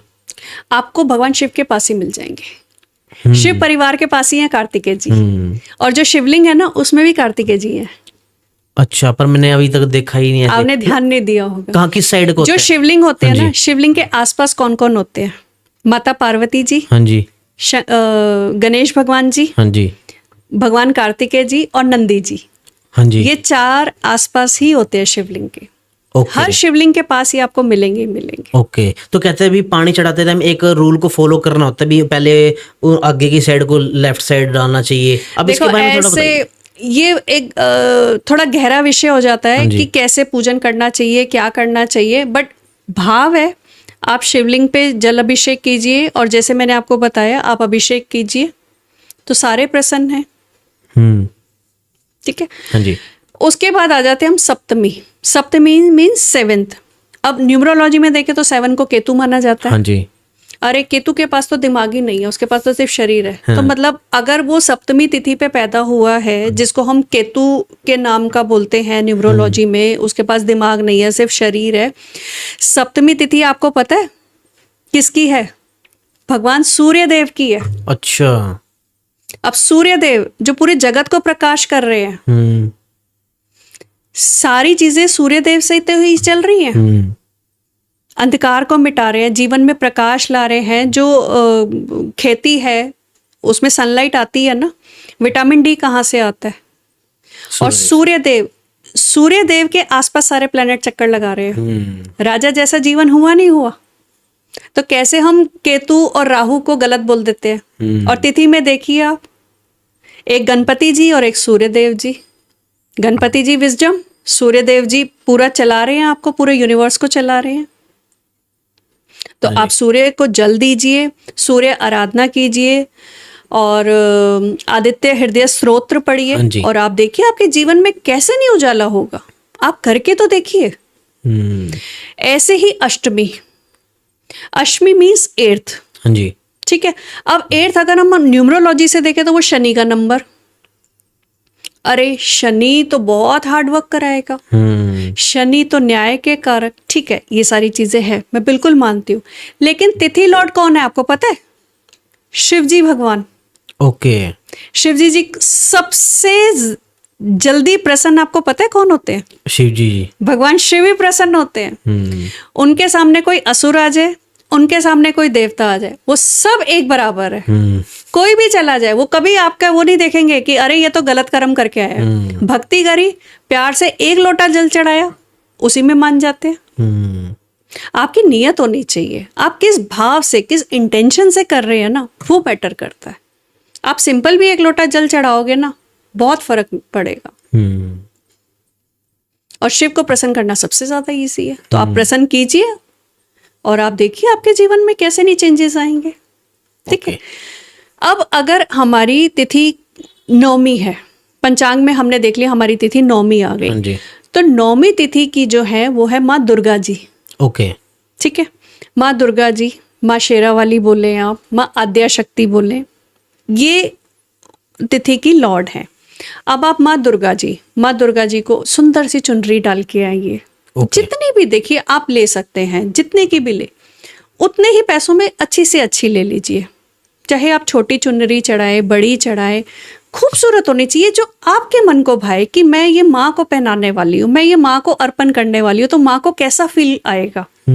तो जब आप अच्छी इंटेंशन से ये सारी चीजें लेते हैं और भगवान को या अपनी देवी माँ को समर्पित करते हैं, तो वो भाव वहां पे ट्रेवल कर जाता है। ओके। और उसके अनुसार आपको फिर फल मिलता है। अब कई लोग हैं इतना इतना करके आते हैं और बोलते हैं हमारे पास तो चेंजेस ही नहीं आए, मेरा तो कुछ हुआ ही नहीं। भाव भी तो देखिए ना आप, किस भाव से आप कर रहे हैं। आपके पास जितना है आप उस भाव से करेंगे, बिल्कुल आपको फर्क पड़ेगा ही पड़ेगा। आपके पास बहुत सारा है लेकिन आप उसमें कंजूसी कर रहे हैं, आप बार्गेनिंग कर रहे हैं, नहीं मैं तो इतने की दूंगी, मैं तो इतने की लूंगी, तो क्या भाव ट्रेवल करा ना। तो ये खास ध्यान रखना चाहिए इन चीजों को करते हुए, ठीक है। हाँ जी। उसके बाद आ जाते हैं, अगर आपके पंचांग की तिथि नौमी है, दशमी है, दशमी के है यमराज जी। ओके। अब आप यमराज जी को कैसे प्रसन्न करेंगे बताइए मुझे। मेरे को तो समझ ही नहीं आ रहा, क्योंकि तो मृत्यु के समय पे आते हैं बस। मृत्यु के समय पर आते हैं लेकिन ऑन डॉट ऑन टाइम आते हैं। हाँ जी। एक सांस आपको फालतू लेने नहीं देंगे। आप बोलोगे मेरी ये जायदाद रख लो, वो बोलेंगे तू यही रहने दे, तेरा अब टाइम आ गया तो चलो। तो जो दशमी तिथि वाले होते हैं ना वो बहुत पंचुअल होते हैं। ओके। वो अपने काम को बहुत अच्छे से करते हैं, वो बिल्कुल भेदभाव नहीं देखते, क्योंकि लॉर्ड कौन है? यमराज जी। यमराज जी अपना काम पूरा अच्छे से करेंगे। वो जब जिसका मृत्यु का टाइम आया है वो लेने आते ही हैं। ओके। चाहे वो दंड देते हुए ले जाए, चाहे सम्मान करते हुए ले जाए, लेने वो ही आते हैं। विष्णु जी भी आते हैं। ओके। बैकुंठ को भी लोग जाते हैं, गोलोक को भी जाते हैं, पर असाइन तो यमराज जी है ना। तो यमराज जी आते, और यमराज जी मिलते कहाँ पर है? शमशान में। और लेटे हुए जब एक्सीडेंट हो जाता है वहीं। हमें जो यमराज जी हैं वो हॉस्पिटल्स में मिलते हैं और शमशान भूमि में मिलते हैं। ओके। तो अगर आपके तिथि के लॉर्ड मतलब दशमी तिथि को अगर आप पैदा हुए हैं और आपके लॉर्ड यमराज जी हैं, तो आप जो डेथ बेड पर हैं, जिनकी कोई सेवा करने वाला नहीं है, उनके पास खर्चे के लिए पैसे नहीं है, और आपको लग रहा है कि इनकी मृत्यु का समय नजदीक है, तो आप उनकी कोई हेल्प करिए। देखिए जाना तो है ही, लेकिन अगर आप कुछ उनकी सेवा कर लेंगे, उनकी डॉक्टर का बिल हो गया, मेडिसिन हो गई, अगर आप उनको प्रोवाइड करेंगे तो यमराज जी इससे बहुत प्रसन्न होते हैं। ओके। दूसरा, अगर आपको लग रहा है कि आप जीवन में बहुत परेशान हो गए हो, मतलब बिल्कुल ऐसे लगता है कि बस अब कुछ नहीं बचा, बिल्कुल ऐसे हो गया है कि बस अब ये मेरा जीवन किसी काम का नहीं, अब कोई सुसाइडल थॉट्स आ रहे हैं, कुछ ऐसे लग रहा है सब कुछ होने के बाद भी ये जीवन बिल्कुल बेकार नीरस हो चुका है, कुछ समझ में नहीं आ रहा कि हो क्या रहा है। बहुत अच्छा एक उपाय बताती हूँ। आप शमशान भूमि जाकर किसी भी लावारिस लाश के लिए कफन और लकड़ियों का प्रबंध कर दे। ओके। आप देखिए जो इंस्टेंट आपके ऊपर चीजें चल रही है ना, हाँ जी, जो भी बला चल रही है, जो ये आपको थॉट क्रिएट करवा रही है कि नहीं अब जीना नहीं है, अब मरना है, जबकि अभी आपकी चीजें, आपकी सांसें और लिखी हुई हैं, आपने अभी और जीना है, लेकिन थॉट्स आ रहे हैं, तो यानी कोई बला है जो आपके सिर के ऊपर मंडरा रही है। तो जैसे ही आप शमशान भूमि में जाते हैं, किसी ऐसे व्यक्ति का जिसका कोई भी नहीं है, एक लावारिस लाश अगर आपको मिलती है, आप वहाँ पे उनके कफन और लकड़ियों का प्रबंध करके आएंगे, आप देखेंगे इंस्टेंट वो बला जो है ना वो रिमूव हो जाएगी। मैं ये कोशिश करती हूँ कि साल में अगर आपके पास है तो 1 साल में या 6 महीने में एक बार वैसे ही ये उपाय कर देना चाहिए। ओके। कोशिश यही रहती है कि भाई देखो हर महीने हम करें, बट नहीं हो पाता कई बार, तो हर 6 महीने में ना ये उपाय वैसे ही कर लेना चाहिए, निस्वार्थ भाव से। ओके। आप देखिए आपकी कभी अकाल मृत्यु तो नहीं होगी। ओके। मृत्यु होना ये तय है, लेकिन अकाल मृत्यु नहीं होगी एक्सीडेंट टाइप कि एकदम एक्सीडेंट हुआ और चल बसे, एकदम कुछ हुआ और चल बसे, ये नहीं होगा। तो ये 6 महीने में ना आप आदत डाल लीजिए, ये उपाय आपको करना ही करना है, और धीरे धीरे ये संस्कार बच्चों को भी दीजिए। देखिए बच्चे कहाँ से सीखते हैं? हमारे से ही सीखते हैं। तो जब हम बच्चों को ये संस्कार देते हैं और बच्चों के सिस्टम में ही आ जाता है, तो फिर आप देखिए उनको कोई नहीं गिरा पाएगा और उनको कहीं भटकना नहीं पड़ेगा। ठीक है। हाँ जी। ऐसे ही अगर आपकी डेट ऑफ बर्थ एकादशी है, आपकी पंचांग तिथि जो है वो एकादशी है, एकादशी मीन्स 11th डे, ठीक है। इसके जो देवता है वो विष्णु जी और समस्त देवी देवता है। आपने देखा है कभी भी कोई प्रॉब्लम आती है तो अधिकतर हम ये बोलते हैं एकादशी के फास्ट करो। आप जितने भी आप वृंदावन चले जाइए, जो भी कृष्ण भक्त होते हैं वो एकादशी का फास्ट जरूर रखते हैं। हाँ जी। आपको पता है क्यों? नहीं। क्योंकि एकादशी के स्वामी कौन है? विष्णु जी। हाँ जी। जगत के पालनहार हम्म। और समस्त देवी देवता। तो जब हम उपवास रखते हैं तो सबका आशीर्वाद आ जाता है हमारे पास। ओके। तो जब सारे देवी देवताओं को आशीर्वाद आ गया, भगवान विष्णु का साक्षात हमारे पर आशीर्वाद आ गया, तो हमें किस चीज का डर या हमें किस चीज का भय? सारी सुख सुविधा अपने आप वो पूरी करेंगे, वो सब कुछ देंगे जो आपको चाहिए। तो एकादशी का व्रत तो वैसे ही रखना चाहिए। और जो भी आपके तिथि लॉर्ड है, आप उनको प्रसन्न कीजिए और उस दिन कोशिश करिए आप उपवास रखिए। ओके। ये 2 बार आती है महीने में, शुक्ल पक्ष में भी आती है और कृष्ण पक्ष में भी आती है। एकादशी हर तिथि 2 बार आती है। जैसे अगर हम प्रतिपदा पहली तिथि की बात करते हैं तो ये भी 2 आती है, शुक्ल पक्ष में भी आती है, कृष्ण पक्ष में भी आती है। ओके। तो महीने में 2 फास्ट आप ये कीजिए अपने तिथि के अकॉर्डिंग, तो आप देखिए आपके जीवन में परिवर्तन जरूर होगा। 2 नहीं रख सकते, आप 1 रखिए, शुक्ल पक्ष वाली रखिए। और जरूरी नहीं है कि आप खाने की ही फास्टिंग करिए, आप मोबाइल की फास्टिंग शुरू कर दीजिए। ओके। आजकल तो मोबाइल फास्टिंग हम बोलते हैं, भाई मोबाइल को थोड़ी देर आप दूर रखो।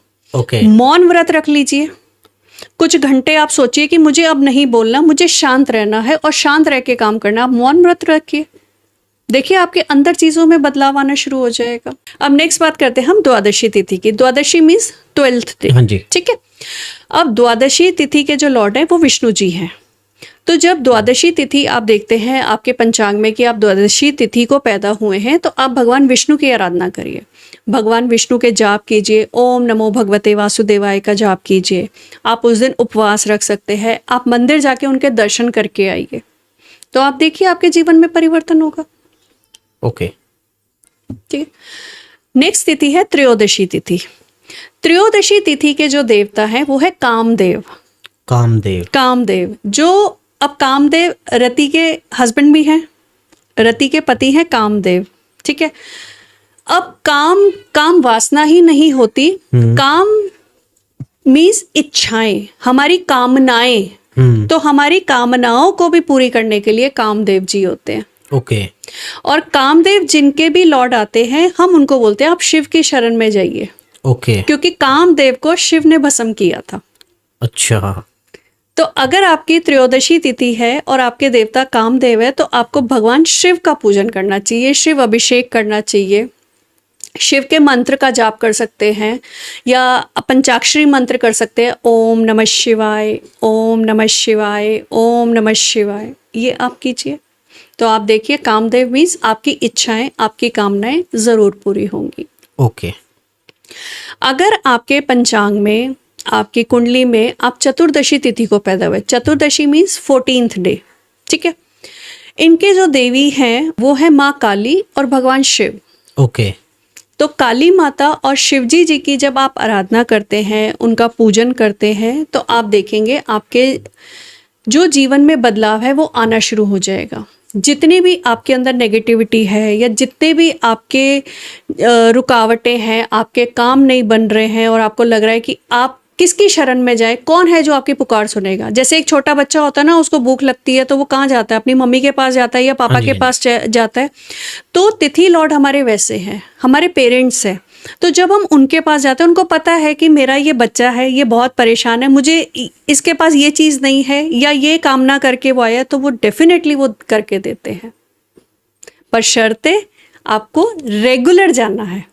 अब ये नहीं कि आज पापा से तो आपने कार मांग ली और उसके बाद कौन पापा और कौन मैं, हम अपनी ही दुनिया में गुम हो गए। तो वो कार आप कितने दिन चला लोगे? क्या आपको नेक्स्ट इच्छा पूर्ति नहीं करानी उनसे? हम यहीं पे गलती करते हैं, 1 बार जाएंगे, 2 बार जाएंगे और जैसे ही काम पूरा हो गया तो उसके बाद टाटा बाय बाय कर देते हैं। ये नहीं करना होता, हमें जाके फिर ग्रेटिट्यूड भी करना होता है। और जितना हम अपने पेरेंट्स के पास रहते हैं ना, उतना हम कहते हैं कि आप बाकी चीज़ों से बसे रहते हैं। कहते हैं ना, जब एक बुजुर्ग का साया हमारे सिर पे हो तो उनका अनुभव ही हमारे लिए एक ढाल बन के खड़ा होता है, कैसे निकलना है। तो ऐसे ही ये हमारी ढाल है। तो अगर ये देवी देवता को आप अपनी ढाल बना करके रखेंगे, देखो वो करेंगे ज़रूर आपके लिए, लेकिन आप कितना मानते हैं ना, ये हमारे ऊपर डिपेंड करता है। हाँ जी। तो आप ये रखते हैं तो डेफिनेटली आप बाकी चीज़ों से, कई चीज़ों से आप बच जाते हैं। ठीक है। उसके बाद आ जाते हैं हम पूर्णिमा तिथि पे। अगर आपके पंचांग में आपका जन्म पूर्णिमा तिथि पर हुआ है, पूर्णिमा वाले दिन आप देखेंगे ना चंद्रमा पूर्ण होता है, पूर्ण होता है। तो आप देखिए आपके जो देवता है वो चंद्रदेव ही है। ओके। तो जो पूर्णिमा तिथि वाले हैं उनको चंद्रमा की रोशनी में जरूर बैठना चाहिए। ओके। मून वाटर बनाना चाहिए। मून वाटर कैसे बना सकते हैं? एक पानी का जग ले लीजिए आप कांच का, हाँ जी। और चंद्रमा की रोशनी में रखिए, आधा घंटा, पौना घंटा, 1 घंटा, जितना भी आप रख सकते हैं आप रखिए, वो मून वाटर बन जाएगा। आप वो पीजिए, आप वो नहाने के पानी में यूज कीजिए। ये कोई भी उपाय कर सकता है। ओके। मून वाटर कोई भी बना सकता है। और मून हमारे इमोशंस का कारक होता हाँ जी, है, हाँ जी। हमारे मन का कारक हाँ जी। होता है। चंद्रमा मीन्स माँ, चंद्रमा मीन्स पैसा। ओके। तो अगर किसी को पैसे से रिलेटेड भी दिक्कत है, वो थोड़ी देर चंद्रमा की रोशनी में बैठे पूर्णिमा वाले दिन, और आप देखिए आपका मन जो अशांत था वो शांत होने लगा है, फोकस्ड होने लगोगे। मन पे जिसने विजय पा ली ना, वो दुनिया पे विजय पा लेता है। मन ही है जो भटका देता है। तो जब मन पे हमारी विजय आ जाती है तो फिर हमें रास्ते भी मिलते हैं और हम उस पे चलते भी हैं। अब आ जाते हैं हम अमावस्या तिथि पे। ठीक है। अमावस्या तिथि जो है वो पितरों को समर्पित की गई है। ठीक है। तभी हमारे बड़े बुजुर्ग जो है अमावस्या पे खाना बनाते हैं घर पे, और एक खाने की प्लेट निकाल के प्रॉपर रोटी, सब्जी, हलवा, पूड़ी बना करके हमें देते थे कि भाई आप जाके पंडित जी को मंदिर में दे करके आओ। वो किस लिए? पितरों की प्रसन्नता के लिए। हाँ जी। कि भाई जाने अनजाने कोई गलती हो गई, हमसे नहीं, हमारे बुजुर्गों से कोई गलती हो गई, या हमारे बुजुर्ग कहीं पे अटके हुए हैं, उनको आगे का रास्ता नहीं मिल रहा। इन चीजों के लिए जब हम अमावस्या तिथि पे दान करते हैं ना, तो ये हमारे लिए भी अच्छा होता है और हमारे पितरों के लिए भी बहुत अच्छा होता है। ओके। अब जैसे पितृपक्ष आने वाले हैं, हाँ जी।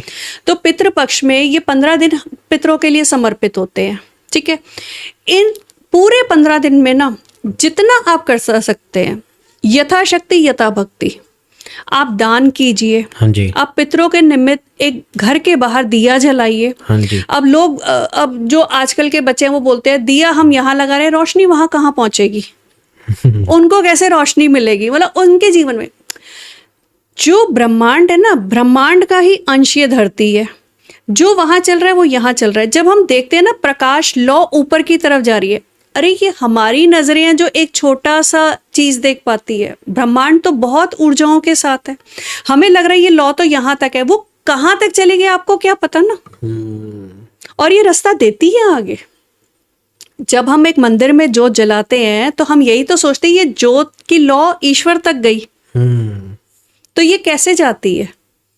ये सैकड़ों ट्रेवल कर जाती है, सैकड़ों माइल्स ट्रेवल कर जाती है आपके भाव के साथ, आपकी इंटेंशन के साथ, और ये उस लोक तक चली जाती है। तो आप दिया यहाँ जलाएंगे, उनको रास्ता मिलेगा और उनका आगे का रास्ता प्रसक्त होगा, और उनको आगे रास्ता मिलेगा तो वो आप ही के कुल को आशीर्वाद देके जाएंगे, भाई फलो फूलो। मैम जैसे आपको इतनी सारी नॉलेज है, आप जैसे एस्ट्रोलॉजी के बारे में इतना बता देते हो ना डीपली, जैसे अभी आपने बताया पंचांग के अकॉर्डिंग, हमारी तिथि के अकॉर्डिंग, तो आप इस चीज की कोई स्टडी भी करवाते हो या बच्चों को कोर्स भी करवाते हो आप? ये जी बिल्कुल। मैं अभी पंचांग का हमारा कोर्स आने वाला है। नवरात्रे में हम लोग स्टार्ट करने वाले हैं। तो फर्स्ट नवरात्रे पे पंचांग का कोर्स मैं एक लॉन्च कर रही हूँ। देखिए पंचांग मैंने आपको बताया कि बेस है, कुंडली का बेस है। अगर हम बेस स्ट्रॉन्ग कर लेना तो बहुत सारी चीजों से हम बच सकते हैं। तो पंचांग में क्या क्या चीजें आती है? पंचांग में आते हैं तिथि, वार, नक्षत्र, योग एंड करण। ये 5 चीजों को मिलकर लेके पंचांग बनता है। अब कई बार ऐसी होती है तिथि प्लस नक्षत्र, ये एक अच्छा योग भी बना सकती है और एक ये बुरा योग भी बना सकती है। ये देखना पड़ता है। अगर पंचांग के योग अच्छे आ रहे हैं तो आपको देने से कोई नहीं रोक सकता। भले आपको लेट मिले लेकिन आपको मिलेगा जरूर। लेकिन अगर उसी में ही प्रॉब्लम आ रही है, जैसे अगर किसी का सपोज टू बी अमावस्या का बर्थ हो गया, तो उसमें 4 करण आते हैं, जैसे शकुनी हो गया, चतुर्पाश हो गया, नाग हो गया, ऐसे करके 4 करण आते हैं। ये नेगेटिव होते हैं। अच्छा। तो आप बताइए जब पंचांग में नेगेटिव आ गया तो कितना आप उसको जोर लगा सकते हैं ना। तो ऐसे ही पंचांग में अच्छे योग भी होते हैं, जैसे रवि योग हो गया, सर्वात सिद्धि हो गया, अमृत योग हो गया, त्रिपुष्कर, द्विपुष्कर योग हो गए, जो वेल्थ को बताते हैं। अब ये कैसे पता लगता है? हमारी तिथि, हमारी कौन सी तिथि में बर्थ हुआ है, कौन से नक्षत्र में बर्न हुआ है, कौन से डे पे बर्थ हुआ है, संडे, मंडे, ट्यूसडे। तो ऐसे करके कॉम्बिनेशंस को बना करके बहुत सारे योग निकलते हैं जो अच्छे और बुरे। अब जैसे ज्वालामुखी योग है, किसी में गुस्सा बहुत ज्यादा है, अब न्यूमरोलॉजी में बोल देंगे 1 नंबर वाले को गुस्सा बहुत ज्यादा है, लेकिन अगर ज्वालामुखी योग बन गया, ज्वालामुखी योग कैसे बनता है? भरणी नक्षत्र प्लस पंचमी तिथि। ओके। अगर ये 2 योग मिल जाते हैं तो ज्वालामुखी योग हो जाता है। अब ज्वालामुखी कैसे होता है? अंदर ही अंदर सुलगता रहता है, और जब फटेगा तो फिर बहुत बुरी तरह तबाही ले आता है। तो और जब हमने अपने तिथि का लॉर्ड ले लिया और भरणी नक्षत्र का लॉर्ड ले लिया, उनको प्रसन्न कर दिया, तो वो जो वैलकर्णव है, वो जो ज्वालामुखी है अंदर, वो शांत होगा नहीं होगा। तो ऐसे करके बहुत सारे योग होते हैं। अब इसमें नेगेटिव कौन से होते हैं? ज्वालामुखी योग हो गया, यमगंट योग हो गया, विष कन्या योग हो गया, ओके, वारगत हो गया, क्रकच हो गया, अग्नि योग हो गया। तो ये कुछ योग है जो नेगेटिव होते हैं। तो जब हमें ये पता लग जाता है कि इस योग की वजह से ये नेगेटिविटी है, ये प्रॉब्लम है लाइफ में, तो उनके देवता जो भी हैं, हम उनके साथ जब अपना मतलब उपाय करते हैं, उनको मनाते हैं, उनकी प्रसन्नता लेते हैं, तो फिर जो नेगेटिव योग है वो कम हो जाते हैं। ओके। और जीवन में एक अच्छा टाइम शुरू हो जाता है। तो हर बार प्लैनेट्स को ही दोष नहीं देना चाहिए कि ये प्लैनेट ऐसे हो गया, वो प्लैनेट ऐसे हो गया, ऐसा कुछ नहीं होता। प्लैनेट में सबसे ज्यादा मारक, जैसे हम आजकल शुक्र की बात कर रहे हैं, शुक्र को बहुत ज्यादा इनहेंस कर रहे हैं। आपको पता है, अगर शुक्र मारक हो या जुपिटर मारक हो, बृहस्पति, जुपिटर और शुक्र सबसे बड़े मारक होते हैं। अच्छा। अब आकर शुक्र आपका 22वें देशकांड का मालिक है, उसके बाद वो पाप कतरी में आ गया, अगर वो आपके विनाशिक नक्षत्र में आ गया, तो सोचो वो कितना बुरा कर सकता है। और हम उसी की रेमेडियां कर रहे हैं। ऐसे रेमेडी नहीं करनी चाहिए। अगर आपको कुछ भी प्रॉब्लम है ना, आप डॉक्टर के पास जाके स्पेसिफिक टेस्ट करा के आप अपनी मेडिसिन प्रिस्क्राइब कराते हैं। आप सारी दवाइयाँ लेते जाएंगे ना, तो क्या शरीर का हाल होगा वो आप बहुत अच्छे से जानते हैं। तो सारी रेमेडीज़ नहीं करनी चाहिए। और खासकर जो ये रील्स में रेमेडीज़ और ये सब कुछ आ रहा है ना, मेरी मतलब हाथ जोड़ के विनती है सबसे, ऐसे ना करें। अच्छा होगा नहीं होगा मुझे नहीं पता, लेकिन कहीं ना कहीं ये ना हो कि आपकी दुख या तकलीफ बढ़ जाए। आप अपनी कुंडली का प्रॉपर एनालाइज कराएं, कौन से ग्रह आपको तकलीफ दे रहे हैं, कौन से ग्रह आपके अच्छे हैं। जो अच्छे हैं वो तो आपको देंगे ही देंगे, लेकिन जो तकलीफ दे रहे हैं उनकी रेमेडीज आप करिए। तो आप देखिए जो भी प्रॉब्लम्स आ रही है, जिस भी प्लेनेट की वजह से आ रही है, वो प्लेनेट क्यों तकलीफ दे रहा है आपको, रीजन क्या है। तो वो जब हम डिविजनल चार्ट्स में जाते हैं और अलग अलग उसमें देखते हैं, पता लगता है, उसकी रेमेडीज करते हैं, तो डेफिनेटली जो तंग कर रहा है प्लेनेट, उसके हम दान करा देते हैं, कुछ जाप करा देते हैं, या जो भी उपाय होता है आप उसको करते हैं, तो डेफिनेटली आप ठीक हो जाते हैं। तो ऐसे कोई भी उपाय नहीं करने चाहिए कि बस शुक्र का उपाय करते जाओ और लग्जरी आते जाए, ऐसे नहीं है। शुक्र ही पैसा नहीं देता, आपके कारक ग्रह जो भी हैं वो आपको देने के लिए आए हैं। वो आपको पैसा भी देंगे, वो आपको नाम भी देंगे, वो आप जो जो चाहते हो वो आपको सब देंगे। आपको पता होना चाहिए आपको देने के लिए कौन सा प्लेनेट है। बुध ग्रह भी बहुत पैसा देते हैं, ऐसा नहीं है। राहु जी भी पैसा देते हैं, शनिदेव भी पैसा, सारे प्लेनेट पैसा देते हैं। और डिपेंड करता है आपकी कुंडली में कारक कौन से और मारक कौन से हैं। कारक मीन्स जो देते हैं, मारक मीन्स जो आपको तंग करते हैं।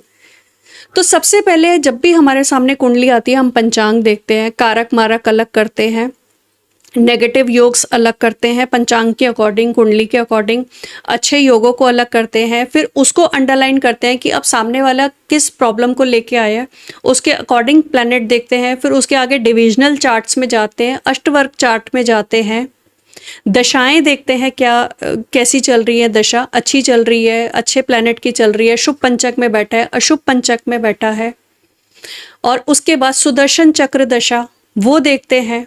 उसके बाद ये सारा एनालाइज कंप्लीट करने के बाद हम रेमेडी बताते हैं। ये तो मैम काफी एक तरह से बिल्कुल टाइम लगता है। ये नहीं आप मेरे पास आए मैम कुंडली देख दीजिए, मैं 10 मिनट वाली कुंडली नहीं देखती, मुझे 1 दिन का समय लगता है। Okay. क्योंकि मैं डिग्रीज भी पूरा देखती हूँ। डिग्री भी बहुत मैटर करती है हमारी कुंडली में। अब उतनी ही डिग्री पे ईश्वर ने हमें पैदा करा, हमारे लगन की जो डिग्री है उस पे हम पैदा हुए, और सारे प्लैनेट्स की अपनी डिग्रीज होती है। अब कुछ प्लैनेट अच्छी डिग्री पे बैठे हैं, कुछ प्लैनेट बुरी डिग्री में बैठे हैं। हम 6, 8, 12 को बुरा बोलते हैं, लेकिन 6, 8, 12 में जो प्लैनेट बैठा हुआ है वो अच्छी डिग्री में बैठा है, तो वो आपको उतना तंग ही नहीं करेगा। और कोई पैसे के स्थान पे बैठा है लेकिन उसकी डिग्री सही नहीं है, वो सही डिग्री में नहीं बैठा। पूरा चार्ट होता है डिग्री का कि कौन सी डिग्री कहाँ तक अच्छी होती है, कौन सी डिग्री कहाँ तक आपको कष्ट दे सकती है।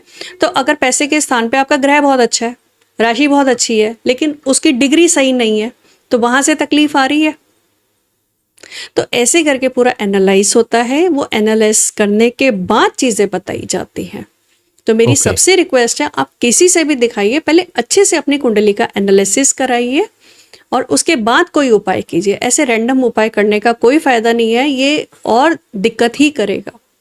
ओके। कई लोग हाथ पे नंबर लिखते हैं, ये नंबर लिख लो, वो नंबर लिख लो। मुझे नहीं पता उस नंबर से पैसा आएगा नहीं आएगा, मुझे ये पता है कि उस नंबरों से आपके ऊपर कर्जा जरूर आएगा।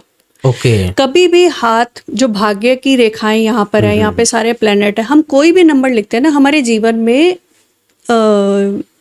दिक्कत देते हैं, दिक्कत आनी शुरू हो जाती है, कर्जा आना शुरू हो जाता है, रुकावटें आनी शुरू हो जाती हैं। और लोग आजकल इतना बोल्ड करके पूरे हाथ भर रहे हैं, पूरे यहाँ पे लिख रहे हैं, पता नहीं क्या कर रहे हैं। ग्रीन पेन से और बाकी चीजों से नहीं लिखने चाहिए। ये आपको लिखना है, नंबर वर्क करता है, मैं ये नहीं कह रही नंबर वर्क नहीं करता, नंबर वर्क करता है, लेकिन आप उसको पेपर पेन पे लिखिए, आप उसको चैंट कीजिए।